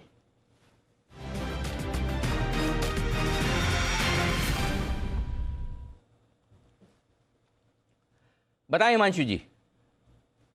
अनिल जी, आईटी दिग्गज टीसीएस मुझे लगता है कि यहाँ पर वापस से खरीदारी की अपॉर्चुनिटी है। स्टॉक अपने ऑलमोस्ट अपने ऑल टाइम हाइस को टेस्ट करने के बाद वापस से सपोर्ट जोन के पास आया है। मुझे लगता है कि चार्ट पैटर्न काफी पॉजिटिव है और यहाँ से एक अच्छी तेजी अभी और बाकी है। स्टॉक मुझे लगता है कि अभी और नए हाइस बनाता हुआ नजर आएगा। तो यहाँ पर फ्यूचर्स में 3325 के आसपास का भाव है, यहाँ पर खरीदारी की राय है 3290 के स्टॉप लॉस के साथ। पहला टारगेट 3375, दूसरा टारगेट 3420। मुझे लगता है कि टीसीएस यहाँ पर खरीदारी करके चले और यहाँ पर कल तक मुझे लगता है टारगेट्स आते हुए देखने को मिल सकते हैं। ओके, तो 3375 3420 के टारगेट्स के लिए टीसीएस पर करनी है खरीदारी, ये है राय हिमांशु जी की तरफ से। बढ़िया एक्शन आईटी स्टॉक्स और टीसीएस के तो नतीजे वे आने वाले हैं मंडे को, तो नजर रखनी पड़ेगी इस काउंटर पर। किक स्टार्ट करेगा Q4 का अर्निंग सीजन, जहां पर काफी नजर बनी हुई है सबकी। पर नजर रखनी है फार्मा डायग्नोस्टिक स्टॉक्स पर। मेट्रोपोलिस पर नजर डालिए, थोड़ा पिछले हफ्ते करेक्शन हुआ था, उसके बाद से जबरदस्त तेजी में फिर से आ गया है काउंटर। अभी अगर आप देखेंगे मेट्रोपोलिस पर 8-8.5% का उछाल आपको आते हुए दिख रहा है, तो रुकने का नाम नहीं ले रहा है ये स्टॉक। थोड़ा कंसोलिडेट करेक्ट करके फिर से एक बड़ी मूव दिखा रहा है। सचित जी, जय, दोनों को ही मेट्रोपोलिस काफी पसंद आया है। बंसल जी, क्या करना चाहिए मेट्रोपोलिस पर? जैसी मूव आ रही है अब तो 2450 के भी ऊपर है इस समय।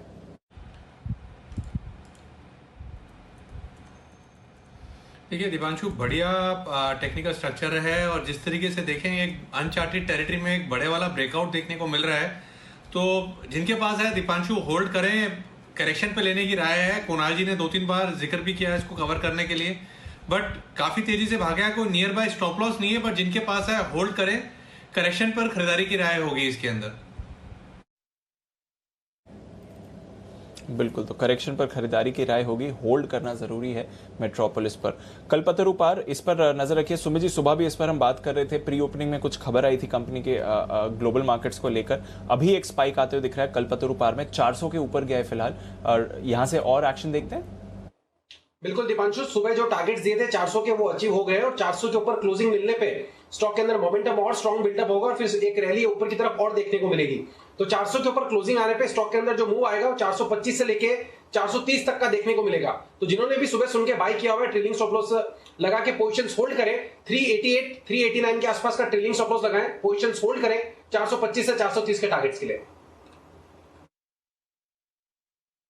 ओके, तो 400 के टारगेट सुबह जो बात करी थी वो अचीव हो गए, अब 425 की तरफ ये स्टॉक अपनी नजर लगा रहा है। कल्पतरु पार पर आपको रखना है ध्यान, इस समय पर ध्यान नहीं हटाना है मेटल स्पेस से। मेटल से जुड़ी कंपनीज सभी स्टॉक्स पर आपको बढ़िया एक्शन आते हुए दिख रहा है, और जो चौथी तिमाही रही है वो काफी शानदार रही है जहां तक मेटल स्टॉक्स का सवाल है। तो चौथी तिमाही की परफॉर्मेंस अर्निंग्स वाइज नहीं बट सेल्स और प्रोडक्शन वाइज कैसी रही है, ये एक बार जानते हैं आशीष के साथ। आशीष, बताएं क्या की हाइलाइट्स रहे हैं इस बार। दीपांशु, देखिए आगे आने वाली तिमाहियां मेटल कंपनीज के लिए काफी बढ़िया देखने को मिलेंगी, क्योंकि देखिए मेटल कंपनीज में रिकॉर्ड तेजी देखी जा रही है और इसमें भी अगर आप देखें तो स्टील कंपनीज काफी बढ़िया मूव्स देखने को मिल रहे हैं।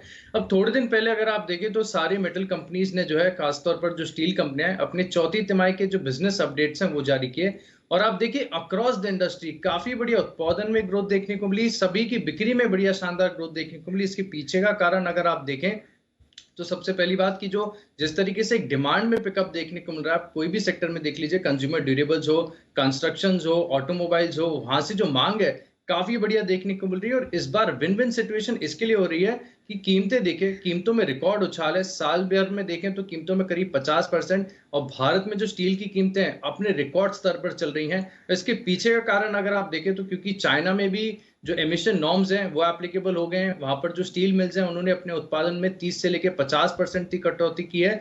इसका फायदा जो घरेलू कंपनीज है इनको मिल रहा है, और बढ़िया बात यह भी है कि अगर आप देखें तो अंतरराष्ट्रीय कीमतों के मुकाबले अभी भी जो घरेलू कीमतें हैं लगभग 10 से लेकर 15% के डिस्काउंट पर चल रही है, यानी यहां से भी और बढ़त का हेडरूम है वो विजिबल है।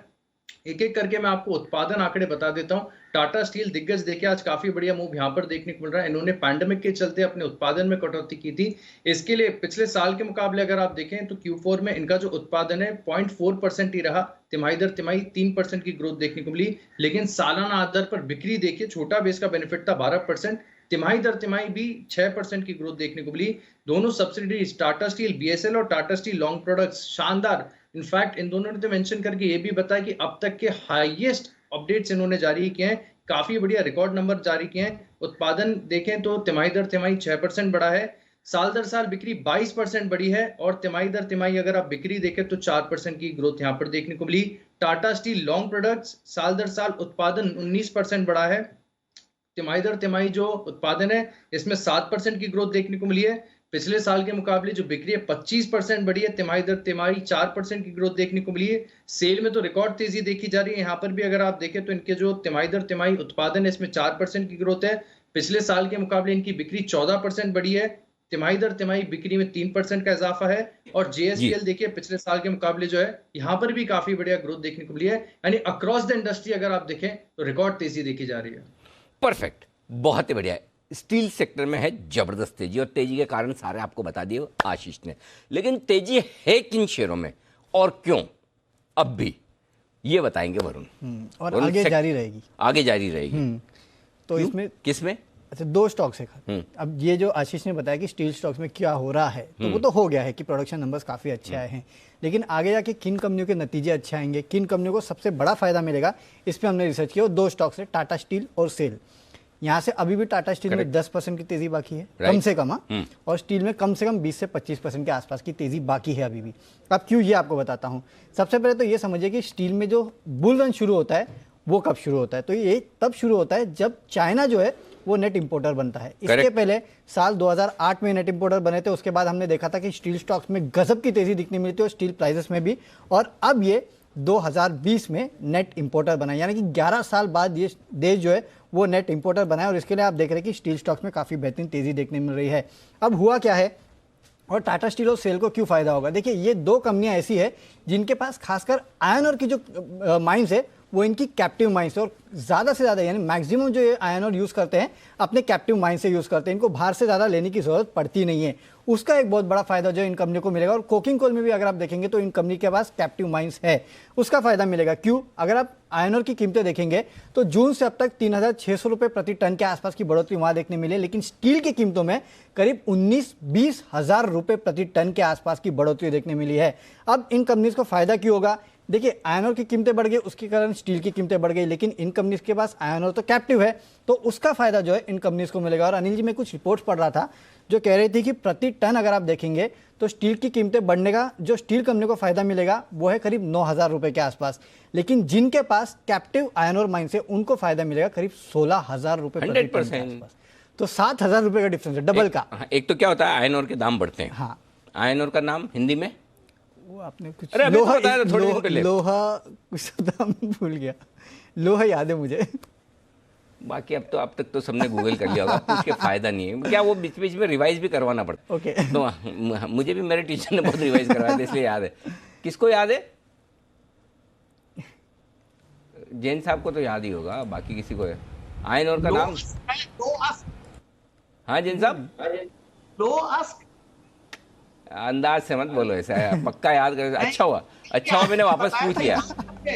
अच्छा कुणाल जी, आपको याद नहीं है तो बड़ा ताज्जुब है, आप तो इतने हिंदी में पारंगत है, आप कैसे ऐसा कर सकते हैं? दिल तोड़ दिया आपने। नहीं अनिल जी देखिए, मुझे पहले नहीं पता था, आप ही ने बताया था कि लोह अस्क बोलते हैं अनिल जी। हाँ, थोड़ा नजदीक पहुंचे। लोह अयस्क, अस्क नहीं, लोह अयस्क।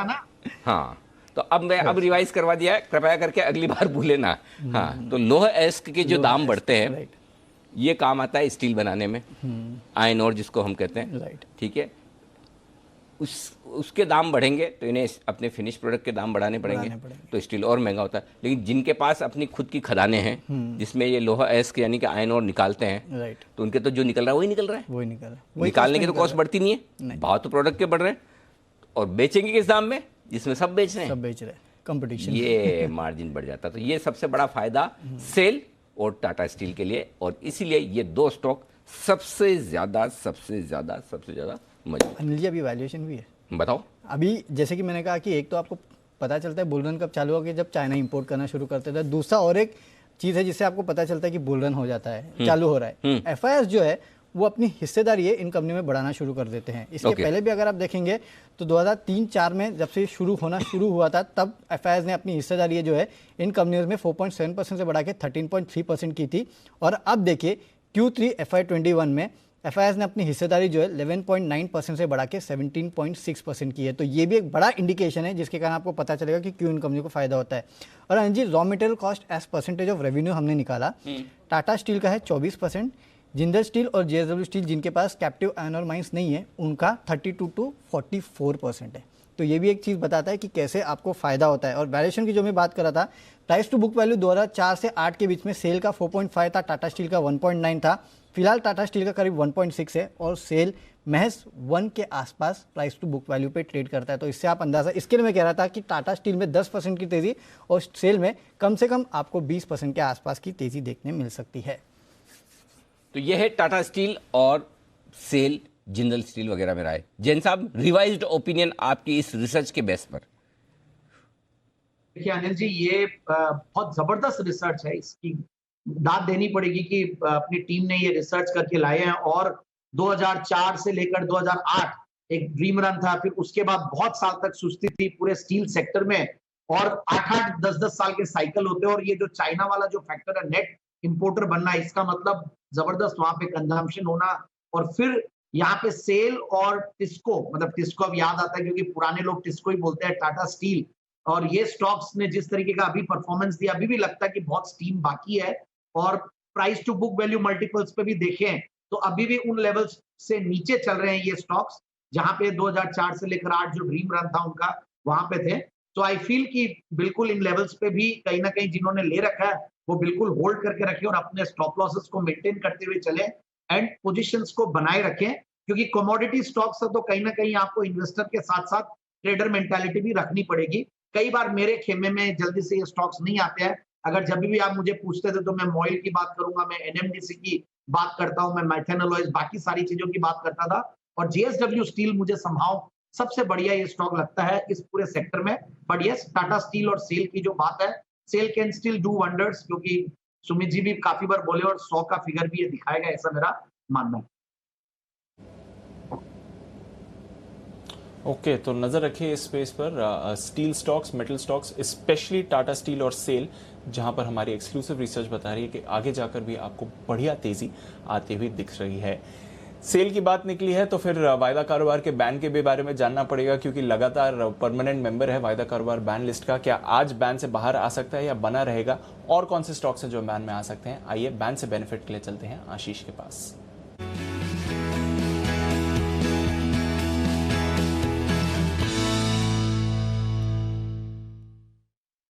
आशीष, स्टॉक के लिए तो ट्रिगर्स बहुत हैं, पर क्या बैन से बाहर आने की तैयारी दिख रही है सेल में या बना रहेगा?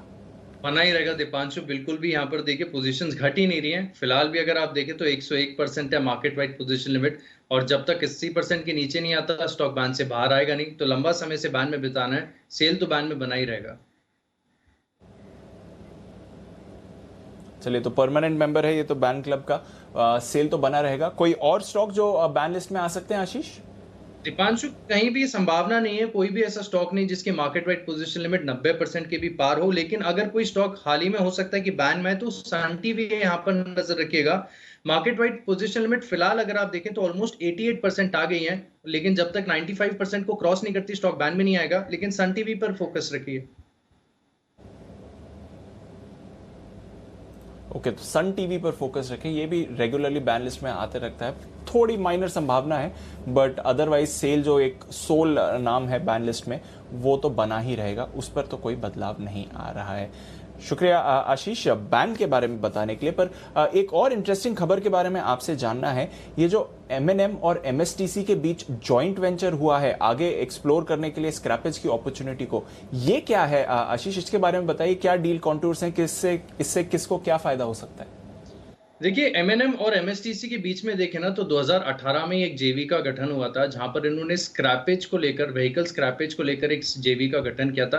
हालांकि इस जेवी में ज्यादा कामकाज नहीं हुआ, लेकिन अब इसमें देखिए इन्होंने थोड़े से अपने ऑपरेशंस के तरीके को थोड़ा चेंज किया है, और अब ये मान रहे हैं कि M&M और MSTC मिलके ग्राहकों को एंड टू एंड सर्विस देंगे, यानी कंप्लीट जो व्हीकल स्क्रैपेज की जो सुविधा होती है वो देंगे। कोई भी ग्राहक महिंद्रा एंड महिंद्रा की डीलरशिप में जाकर अपनी गाड़ी जो 15 साल से 20 साल से पुरानी है उसे स्क्रैपेज के लिए दे सकता है, और वहां से M&M की गाड़ियां खरीदने पर कंपनी जो है उन्हें डिस्काउंट देगी। हालांकि पिछले महीने हमने देखा था कि जो स्क्रैपेज पॉलिसी आई थी उसमें मेंशन भी किया गया था कि करीब 5 से लेकर 6% तक के जो बेनिफिट्स हैं वो कंज्यूमर को मिलते हुए नजर आएंगे। इसी के साथ जो दूसरी गाड़ी खरीदेंगे उसके रजिस्ट्रेशन में करीब 25% तक की छूट मिलती हुई नजर आएगी। लेकिन यहाँ पर क्लोजली वॉच करना होगा, क्योंकि अब तक अगर आप देखें तो कुछ मीनिंगफुल डेवलपमेंट इस जेवी में नहीं हुए। अब यहाँ पर इन्होंने जो की वायदा किया है ग्राहकों के साथ कि एंड टू एंड यहाँ पर ये जो बेनिफिट देंगे कंज्यूमर्स को, इसका आगे जाकर क्या इंपैक्ट होता है इसे क्लोजली वॉच करना होगा। बिल्कुल, तो M&M MSTC दोनों पर आपको रखनी है नजर। M&M थोड़े समय से कंसोलिडेट हो रहा है, MSTC भी एक बड़ी तेजी के बाद थोड़ा कंसोलिडेट होते हुए दिखा है, बट ये एक करार है दोनों कंपनीज के बीच और आगे स्क्रैपेज से जुड़ी अपॉर्चुनिटीज को ये एक्सप्लोर करेंगे। सुमित जी, थोड़ा एक्शन आज MSTC दिखा रहा है, क्या राय बनती है? 300 के ऊपर अब कब जाएगा और किस तरह का एक्शन आगे आने वाले समय में दिख सकता है? स्टॉक का चार्ट तो ठीक ही दिख रहा है दीपांशु। स्टॉक के अंदर नीचे में जो सपोर्ट दिखाई दे रहा है चार्ट्स के ऊपर वो 275 280 लेवल्स का है, 275 280, और एक बार स्टॉक 300 का हर्डल क्रॉस कर दे 300, तो उसके बाद स्टॉक में मोमेंटम बढ़ेगा और फिर 330 340 तक के लेवल देखने को मिल सकते हैं। तो जिन्होंने ले रखा है वो लोग पोजीशंस होल्ड करें, बस 275 280 का सपोर्ट लेवल्स को ध्यान में रखें। ये टूटा तो खराब होगा, जब तक ये नहीं टूटेगा तब तक होल्ड करके चलना है। ओके, तो ये है आपके लिए MSTC पर राय इस समय। आशीष खबर लाते हुए किस तरह से ये करार बना है दोनों कंपनीज के बीच में और आगे जाकर इसका बेनिफिट भी दोनों उठाने की तैयारी में है। थोड़ा दबाव बैंक्स पर बना हुआ है, जिसकी वजह से आप निफ्टी पर गिरावट देख रहे हैं, बट अदरवाइज कोई ज़्यादा मूवमेंट नहीं है पिछले कुछ मिनटों में। 14,900 के जस्ट नीचे ही बाजार ट्रेड करते हुए दिख रहा है। पर मिड कैप आईटी, जैसे मैंने कहा, लगातार यहाँ पर अच्छी मूवमेंट्स आती हुई दिख रही हैं। एक स्पाइक आते हुए दिख रहा है ई क्लर्क्स पर। जरा इस स्टॉक पर नज़र डालिए। कुछ समय पहले हमने चर्चा भी करी थी इसके बारे में, बंसल जी की रिकमेंडेशन भी थी, और बंसल जी, मेरे को याद है उसी दिन इसका टारगेट आया था जिस दिन आपने बात करी थी मार्च एंड में। ई क्लर्क्स अभी एक फ्रेश मूव आती हुई दिखी है। क्या चल रहा है काउंटर में? 1100 की बात करी थी, आज 1200 पर है ये काउंटर सर।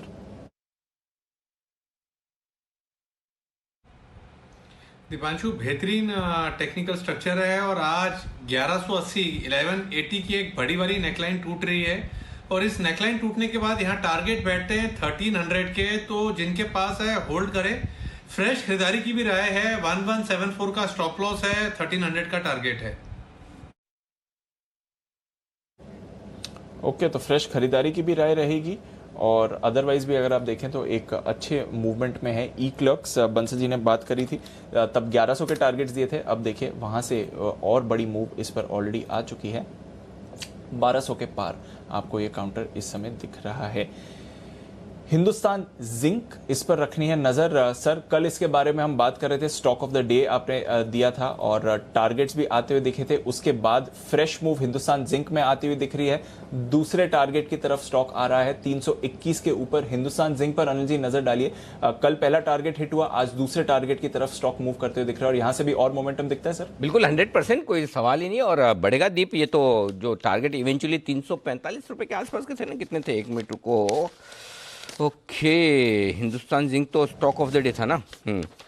तो मेरे ख्याल से इसके जो ऊपर के टारगेट्स हैं वो अभी भी इंटैक्ट है, कोई दिक्कत वाली बात है नहीं।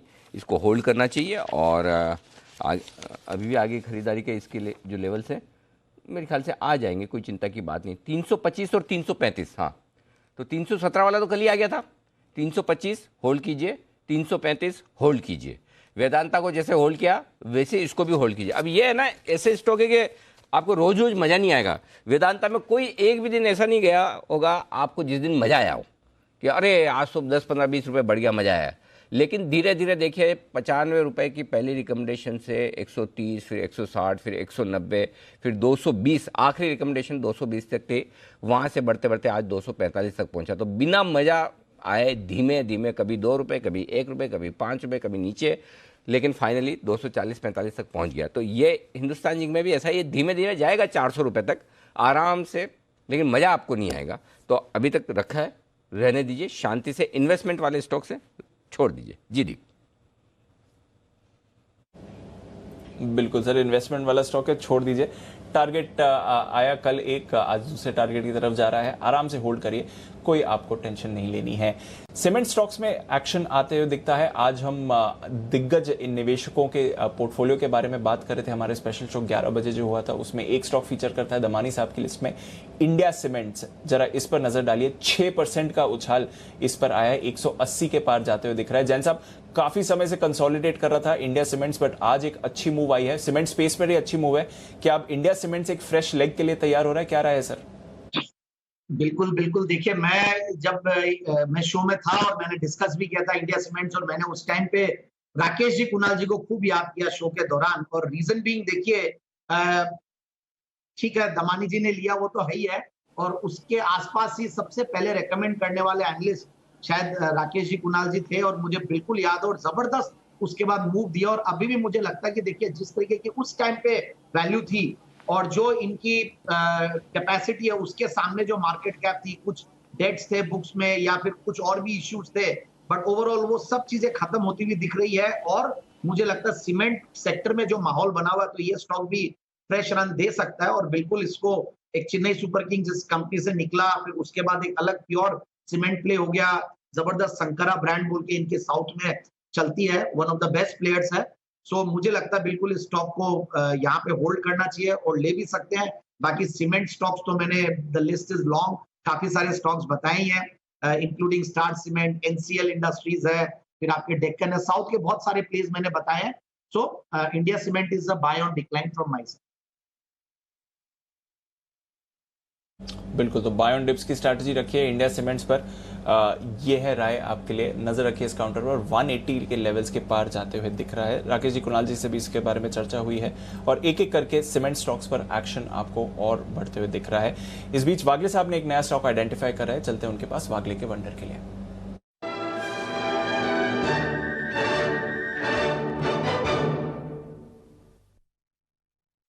बताएं वागले साहब। बीटीएसटी के तौर पे अंबुजा सीमेंट बाय करना चाहिए। 320 का एक रेजिस्टेंस इसने अभी अभी ब्रेक किया है। 320.23 321 का करंट भाव है।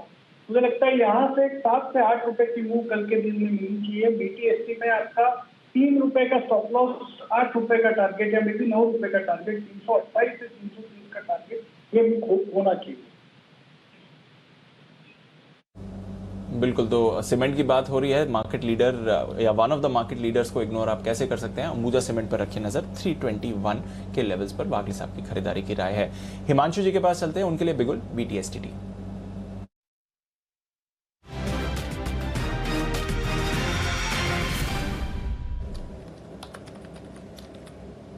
बताएं हिमांशु जी। दीपांशु जी, कैश का स्टॉक है जो रडार में आया है। स्टॉक का भाव है 170 रुपए, 170 रुपए 50 पैसे। HSIL एक बहुत ही शानदार ब्रेकआउट यहाँ पर देखने को मिला है। मुझे लगता है कि ये ब्रेकआउट कम से कम यहाँ पर 182 और 188 रुपए तक के टारगेट्स यहाँ पर दिखाता हुआ नजर आएगा। तो करंट लेवल्स पर HSIL में खरीदारी की राय है 166 के स्टॉप लॉस के साथ। पहला टारगेट 182 रुपए, दूसरा टारगेट 188। ओके, तो ये है आपके लिए HSIL, हिंदुस्तान सैनिटरीवेयर। ये है वो कंपनी, इसका नाम शॉर्ट में हो गया HSIL। यहाँ खरीदारी करने की राय हिमांशु जी की तरफ से। 166 का लगाइएगा स्टॉप लॉस और 182 और 188 के टारगेट के लिए। वक्त है बैन से बेनिफिट का। सॉरी, कैश का ऑप्शन जय ठक्कर जुड़ चुके हैं। तो पहले एक काम करते हैं, जल्दी से कैश का ऑप्शन जय से पूछ देते हैं। जय के लिए बिगुल।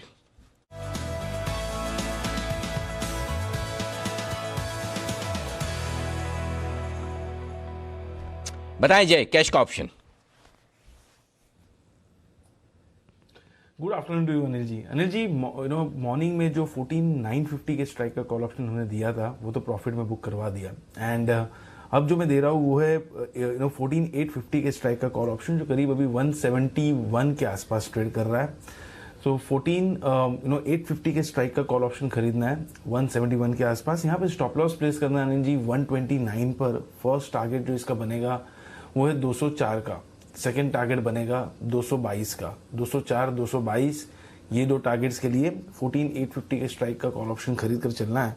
ऑब्वियसली 15 अप्रैल की एक्सपायरी का मुझे ऐसा लग रहा है कि ऑन द डाउन साइड 14,800 775 ये अच्छी सपोर्ट रेंज है फिर से निफ्टी में। और ये जो गिरावट हमें देखने मिली है अनिल जी, इसमें डेफिनेटली खरीद कर ही चलना चाहिए निफ्टी को। एक्सपायरी पॉइंट ऑफ व्यू कहीं ना कहीं हमें 14,900 के नीचे फिर एक डिप देखने मिली है। बट ओवरऑल अगर मैं देखूं तो मुझे ऐसा लग रहा है कि मार्केट में और भी हमें अपसाइड देखने मिल सकती है। 15,075 15,125 स्पॉट के लेवल्स हमें गोइंग फॉरवर्ड देखने मिल सकते हैं। ओके, तो यहाँ पर 15,000 के पार, बल्कि 15,100 के पार भी निफ्टी जा सकता है। फिलहाल अगले हफ्ते की एक्सपायरी की 14,850 की कॉल आपको खरीदनी है। ये है आपके लिए जय की तरफ से राय। एनसीएल इंडस्ट्रीज, अभी अभी जैन साहब से बात हो रही थी और एनसीएल पर भी पहले बात हुई है। Q4 अपडेट आ रहा है। Q4 में सीमेंट बिक्री 38% बढ़ी है साल दर साल। अगर आप देखें, ऑफकोर्स पिछले साल एक डेढ़ हफ्ते का एंड में लॉकडाउन भी था, उसका थोड़ा इम्पैक्ट हुआ होगा बेस कम करने में, बट उसको अगर आप इंक्लूड भी कर लें तो भी देखिए बहुत ही बड़ा आउटलुक है। बिक्री 38% बढ़ी है, उत्पादन 33% बढ़ा है इनका। तो ज़बरदस्त अपडेट्स आते हुए दिख रहे हैं। मेटल्स हो, कमोडिटी पैक से इंक्लूडेड स्टॉक्स हो, सीमेंट स्टॉक्स में भी, और एनसीएल पर एक स्पाइक इस समय। कुणाल जी, एनसीएल के जरा चार्ट्स देखें, स्पाइक आ रहा है, अपडेट काफी स्ट्रांग रहा है कंपनी की तरफ से। देखिए सारे सीमेंट स्टॉक्स एक एक करके ब्रेकआउट दे रहे हैं। अभी मैंने और राकेश जी ने एसीसी पे खरीदारी की राय दी थी।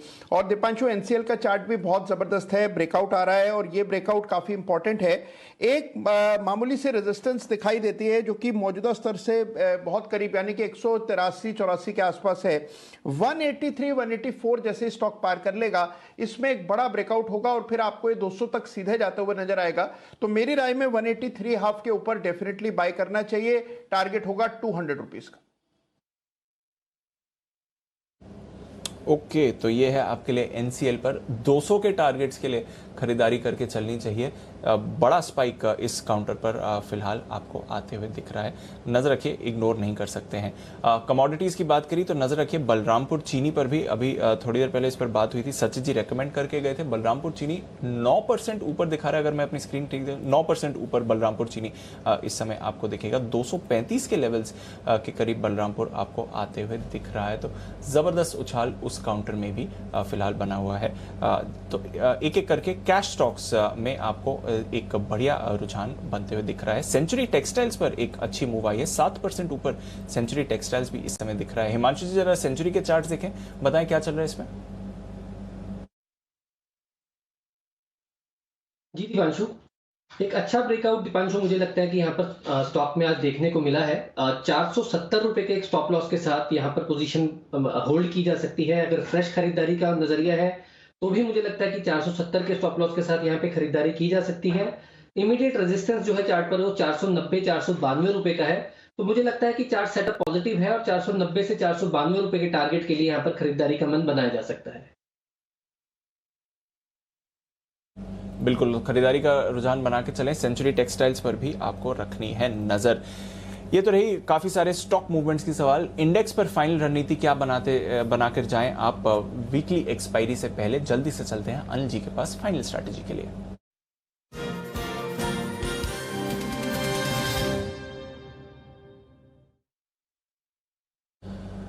अनिल जी, ग्लोबल मूड माहौल में कुछ ज्यादा नहीं बदला है, हल्का सा कंसोलिडेशन पिछले 2 दिनों से यूएस के बाजारों में दिख रहा है और डाउ फ्यूचर्स भी वही इंडिकेट कर रहे हैं, एकदम सपाट ट्रेड कर रहे हैं डाउ फ्यूचर्स। नैस्डैक फ्यूचर्स में 1% की बढ़त जरूर आपको आती हुई दिख रही है।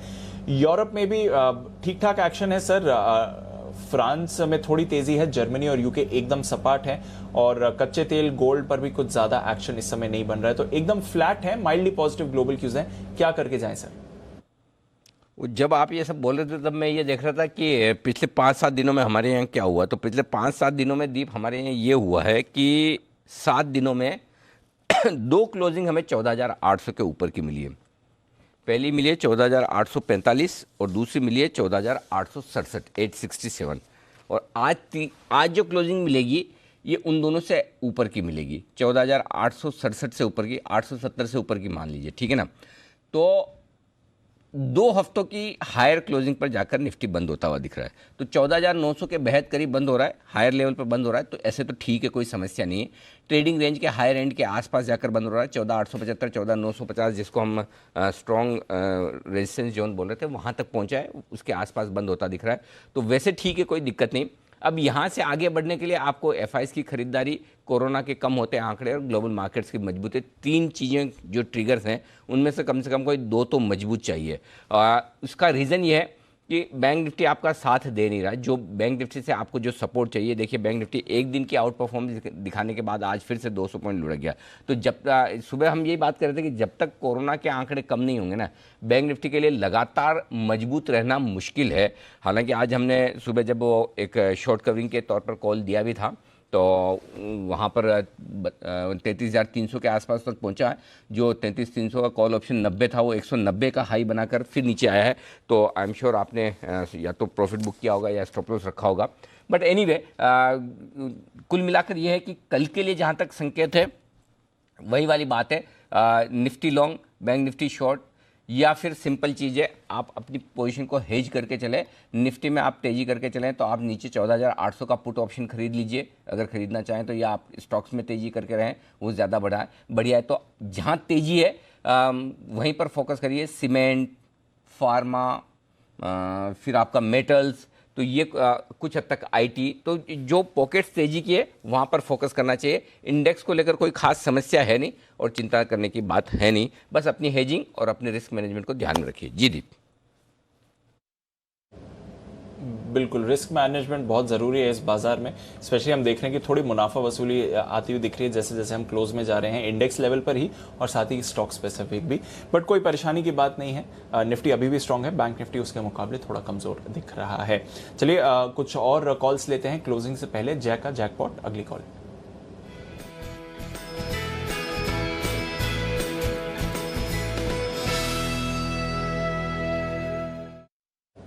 बताएं जय। दीपांशु, अल्ट्राटेक सीमेंट में क्लियर ब्रेकआउट है। अनिल जी कुछ बात कर ही रहे थे कि सीमेंट शेयरों में अच्छी तेजी देखने मिली और बिल्कुल मैं सहमत हूं उनके साथ। इनफैक्ट इसका 7000 के स्ट्राइक का कॉल ऑप्शन खरीद कर चलना चाहिए, करीब 246 के आसपास दीप मिल रहा है, 45-46 के आसपास ये मिल रहा है, इसको खरीद कर चलना चाहिए। बहुत ही बढ़िया मैं कहूँगा सीमेंट शेयरों में एक ब्रेकआउट हमें देखने मिल रहा है, खासकर दिग्गज कंपनी और मैं कहूँगा कि जो एक एफएनओ स्पेस में है अल्ट्राटेक सीमेंट, इसका कॉल ऑप्शन 7000 के स्ट्राइक का आप खरीदते हो तो इसमें फर्स्ट टारगेट जो बन रहा है वो है 289 का। दीपांशु सेकंड टारगेट बनेगा 322 का। ऑन द लोअर साइड हमें स्टॉप लॉस रखना है 213 का। क्लियर एक चीज़ मैं ये बता रहा हूँ इसमें कि एक असेंडिंग ट्रायंगुलर पैटर्न फॉर्म हुआ है और जनरली जब भी इसमें से एक ब्रेकआउट आता है दीप तो बहुत ही फास्ट मोमेंटम देखने मिलता है और ये जो रेंज अल्ट्राटेक की रही है लगभग वो 250 पॉइंट की रही है। तो मेरा ये मानना है कि अल्ट्राटेक लगभग 70-50 तक के लेवल्स हमें स्पॉट में देखने मिल सकते हैं। सो बहुत ही बड़ा मूव फास्ट देखने मिल सकता है। ओके, तो बहुत ही बड़ा मूव आपको आते हुए दिख सकता है अल्ट्राटेक सीमेंट पर। नज़र रखिए इस पर, ज़बरदस्त तेज़ी में ये स्टॉक भी आपको आते हुए दिख रहा है। तो लगातार सीमेंट एक स्पेस है जो आज का स्टार रहा है। अंबुजा पर नज़र रखिए, एक बड़ी मूव उस पर आती हुई दिख रही है। एसीसी अच्छे एक्शन में है, अल्ट्राटेक, रैमको, ग्रासिम, इन सभी स्टॉक्स पर अभी अभी खरीदारी है। एंड ऑफकोर्स श्री सीमेंट, इसको भी आप कैसे इग्नोर कर सकते हैं। तो सीमेंट स्पेस पर आपको शानदार मूवमेंट्स आते हुए दिख रहे हैं। जैसे जैसे हम क्लोज की तरफ जा रहे हैं यहाँ पर एक मोमेंटम पिकअप हो रहा है। अशोक लेलैंड, इस पर रखिए नज़र। आज सुबह हम इसके बारे में बात भी कर रहे थे अशोक लेलैंड और कंपनी की तरफ से अपडेट भी आया है कि ईवीज पर अब ये थोड़ा फोकस बढ़ा रहे हैं। अशोक लेलैंड पर आपको एक अच्छी मूव इस समय आती हुई दिख रही है। अशोक लेलैंड, सुबह सुमित जी आपकी कॉल थी और तब से अच्छा मूवमेंट भी आया है। पहले टारगेट पर है अशोक लेलैंड 124 के। बताएं क्या करके जाएं अशोक लेलैंड अगर पोजीशन है तो। होल्ड कर सकते हैं दीपांशु। स्टॉक 124.80 का हाई लगा के अभी 124 के आसपास ट्रेड कर रहा है। स्टॉक के अंदर अभी और ऊपर का मूव देखने को मिल सकता है। आज एक्सपायरी डे के चलते ऊपरी लेवल से थोड़ा सा दबाव देखने को मिला है मार्केट्स में, लेकिन वापस से अपसाइड मूव देखने को मिलना चाहिए मार्केट्स में। तो अशोक लेलैंड यहां से ऊपर का मूव दिखाएगा और 128 से 130 रुपए तक का लेवल देखने को मिल सकता है। तो ट्रेलिंग स्टॉप लॉस लगा के पोजीशंस होल्ड करें। ओके, तो ट्रेडिंग स्टॉप लॉस लगा के पोजीशन को होल्ड करने की राय है जहां तक अशोक लेलैंड का सवाल है। बट अच्छी मूव इस काउंटर पर आपको आती हुई दिख रही है अशोक लेलैंड की। अगर आप बात करें A for Ashok Leyland, A for Ambuja, Wagle साहब 325 पर अंबुजा है जो आपने अभी थोड़ी देर पहले रेकमेंड किया था। अगर किसी ने शॉर्ट टर्म ट्रेड के लिए लिया हो, मुनाफा बुक कर लें, कैरी फॉरवर्ड करें sir as a BTST? Deepanshu, मेरे हिसाब से कैरी फॉरवर्ड कर लेना चाहिए। हमने 321 के आसपास रिकमेंड किया था, अभी 325 के आसपास है। कल के दिन में पहले 1 घंटे में कल का लो का स्टॉप लॉस रखिए और 330 का टारगेट मेरे हिसाब से मिलना चाहिए और 5 रुपए मिलने चाहिए। ओके, तो ये है आपके लिए अशोक लेलैंड पर राय। जिस तरह से मूव आ रहा है इग्नोर नहीं करिए, होल्ड करिए। अच्छी तेजी आपको ये दिखाते हुए जा सकता है। आईआरसीटीसी में अभी अभी एक मूव आती हुई दिखी है। थोड़े टाइम से डिप्रेस था, कुछ ट्रेन्स इन्होंने कैंसिल करी हैं, होल्ड पर रखी हैं जिस तरह से कोरोना के मामले बढ़ रहे हैं। बट अभी अभी एक थोड़ी सी मूव आई है। आईआरसीटीसी चार्ट में कुछ इंटरेस्टिंग है हिमांशु जी, जिस तरह से आज निचले स्तरों से बाउंस बैक मारा है स्टॉक ने। इनफैक्ट 3 दिनों की एक कंसोलिडेशन के बाद मैं कहूंगा कि लगभग 1680-1690 के आसपास यहाँ पर एक बेस बनाने के बाद स्टॉक ने एक अच्छा ब्रेकआउट दिया है। मुझे लगता है कि ये स्टॉक नियर टर्म में लगभग 1470 से 1770 से 1780 रुपए तक के लेवल्स दिखा सकता है। तो मुझे लगता है कि यहाँ पर लॉन्ग पोजीशन बनाई जा सकती है 1712 रुपए के एक स्टॉप लॉस के साथ। 1780 से 1800 तक के इनफैक्ट टारगेट्स यहाँ पर आते हुए देखने को मिल सकते हैं। ओके तो ये है आपके लिए IRCTC पर राय। क्लोजिंग की तरफ जा रहे हैं, मिला जुला एक्शन आज भारतीय बाजारों के लिए। बैंक निफ्टी 200 पॉइंट नीचे बंद हो रहा है, पर निफ्टी 60 पॉइंट्स ऊपर। जो अनिल जी ने सुबह कहा था कि 14,950 एक थोड़ी कंजेशन जोन हो सकती है, नजर रखिए उस पर। वहां से हल्की सी मुनाफा वसूली आई, बैंक्स की तरफ से सपोर्ट नहीं मिला और इसलिए वहां पर आपने थोड़ी कमजोरी देखी है। पर मेटल्स का आज दिन था और सीमेंट का आज दिन था। टॉप गेनर्स की बात करें, JSW स्टील 9.5% ऊपर, टाटा स्टील 5.5% ऊपर। 14 साल के बाद इन लेवल्स पर आप आज टाटा स्टील को देख रहे हैं। श्री सीमेंट, अल्ट्राटेक, हिंडाल्को, इन सभी स्टॉक्स पर जबरदस्त खरीदारी आपको आती हुई दिखी है। साथ ही Titan, tech Mahindra, Tata motors, TCS, सारे के सारे टी से, इसमें टाटा कंज्यूमर भी जोड़ दीजिए जहां पर आपको अच्छा एक्शन दिखा है। L&T लंबे समय बाद थोड़ा पार्टिसिपेशन इस काउंटर से। HDFC का सहारा, इन्फोसिस हल्की सी खरीदारी इस काउंटर पर भी आपको आती हुई दिखी। गिरावट की तरह ज्यादा गिरावट नहीं, टॉप लूजर इंडसइंड बैंक था, वो भी 1% की ही गिरावट के साथ। Sun pharma, SBI life, HDFC bank, Axis bank, Bajaj finance, Bajaj auto और SBI मामूली सी गिरावट के साथ ये स्टॉक्स बंद होते हुए दिखे हैं। वायदा कारोबार की बात करें तो अगेन मेटल स्टॉक्स ही थे front end centre. JSPL steel authority हालांकि बैन में है पर फिर भी अच्छी खरीदारी आपको दिखा कर गया। ACC अंबुजा बढ़िया एक्शन इन काउंटर्स पर भी आपको आते हुए दिखा। रैमको सीमेंट एक और स्टॉक जहां पर मूवमेंट था और NMDC जहां पर हमारे काफी सारे एक्सपर्ट्स की राय आई, ये स्टॉक भी बढ़िया मूवमेंट में दिखा। PI इंडस्ट्रीज लगातार एक्शन बना हुआ है इसमें। इंडस टावर्स में आज अच्छी खरीदारी आपको आती हुई दिखी है। इसके अलावा सीमेंस पर एक बढ़िया बाउंस बैक था। एस्कॉर्ट्स में थोड़ी तेजी बनी। कैडिला हेल्थ केयर ये भी मूवमेंट था और मिड कैप IT से माइंडट्री और कोफोज यहां पर भी नजर रखिए, लगातार एक्शन में आते ही दिखते हैं। वोडाफोन आइडिया स्ट्रेटेजिक अनाउंसमेंट था इंटरनेट ऑफ थिंग्स को लेकर, बाजार थोड़ा डिसअपॉइंट हुआ, 3.5% नीचे गिरा ये स्टॉक। अमर राजा, चोला इन्वेस्टमेंट, इंडिया बुल्स हाउसिंग लगातार प्रेशर में ही है, आज 2% की गिरावट। REC, RBL bank, IDFC first bank, Torrent pharma यहां पर भी कमजोरी। Federal bank, M&M finance, United breweries लगातार गिरावट दिखा रहा है और साथ ही MRF, ONGC, पावर ग्रिड यहां पर भी आपको कमजोरी आती हुई दिखी। पर कैश स्टॉक्स काफी सारे एक्शन में थे और स्पेशली सीमेंट बास्केट से इंडिया सीमेंट्स जबरदस्त तेजी इस काउंटर पर आती हुई दिखी। बलरामपुर चीनी 12.5% ऊपर, सचिन जी की रिकमेंडेशन। HEG लगातार तीसरे दिन सर्किट, हालांकि आज 20% से सर्किट कम होकर 10% हुआ। National fertilizers, just dial, century textiles, orient refractories, RCF, Natco pharma, इन सभी स्टॉक्स पर जबरदस्त एक्शन आते हुए दिखा। तो अनिल जी, इंडेक्स लेवल पर तो एक्शन था ही आज, पर कैश स्टॉक्स पे भी भरपूर तेजी। 32,800 पर निफ्टी बैंक प्रोविजनल क्लोजिंग और 14,875 पर निफ्टी की सर। बिल्कुल, तो ये है आपके लिए क्लोजिंग 14,875 के आसपास होती हुई नजर आ रही, जिसका अंदाजा था कि इसके नीचे नहीं होगी। 14,875, 14,900 के आसपास और बैंक निफ्टी में जरूर 32,800 के आसपास क्लोजिंग होती हुई, थोड़ी सी नीचे, ये आप मानकर चल सकते हैं। चलिए फाइनल क्लोजिंग आपके सामने आने की तैयारी में, तब तक आपको बता दें बाजार बंद होने के बाद का क्या है एक्शन आपके लिए। और एक्शन एक बेहद इंटरेस्टिंग है और वो है एग्जाम्स को लेकर। शाम 4:56 यानी कि 5 बजे देश में कोरोना के बढ़ते हुए मामलों के चलते बोर्ड की परीक्षाओं को लेकर कन्फ्यूजन हो गया है। CBSE ने तो साफ कह दिया कि वो एग्ज़ाम लेंगे, 10वीं और 12वीं की परीक्षाएं समय से होगी। लेकिन फिर भी जो मामले जिस तरह से बढ़ रहे हैं उसको देखते हुए बच्चों और पेरेंट्स के मन में अभी स्थिति साफ नहीं। रोज़ पूछते हैं होगा नहीं होगा, एग्ज़ाम होगा नहीं होगा। और स्टेट बोर्ड की परीक्षाओं का भी यही हाल है। पेरेंट्स ये कह रहे हैं कि भाई मामले बहुत बढ़ रहे हैं, बच्चे पढ़ भी नहीं पाए हैं, अभी भी नहीं पढ़ रहे हैं। वैसे कह रही है पेरेंट्स की प्रॉब्लम हमेशा ही रहती है, कब बच्चा कितना भी पढ़ ले फिर भी उनको ये लगता है पढ़ ही नहीं पाया, पढ़ ही नहीं रहा है। इसलिए इस बार तो कोरोना का नाम है कि एग्ज़ाम रद्द कर दें या फिर थोड़ा पोस्टपोन कर दें, बाद में ठीक हो जाए फिर करेंगे। लेकिन सरकार और बोर्ड कह रहे हैं कि हमारी तो पूरी तैयारी है भाई, आइए एग्ज़ाम दीजिए। तो अब इसका सोल्यूशन क्या है और इसका कन्फ्यूजन है ये कैसे दूर हो। 3 खास मेहमान हमारे साथ होंगे।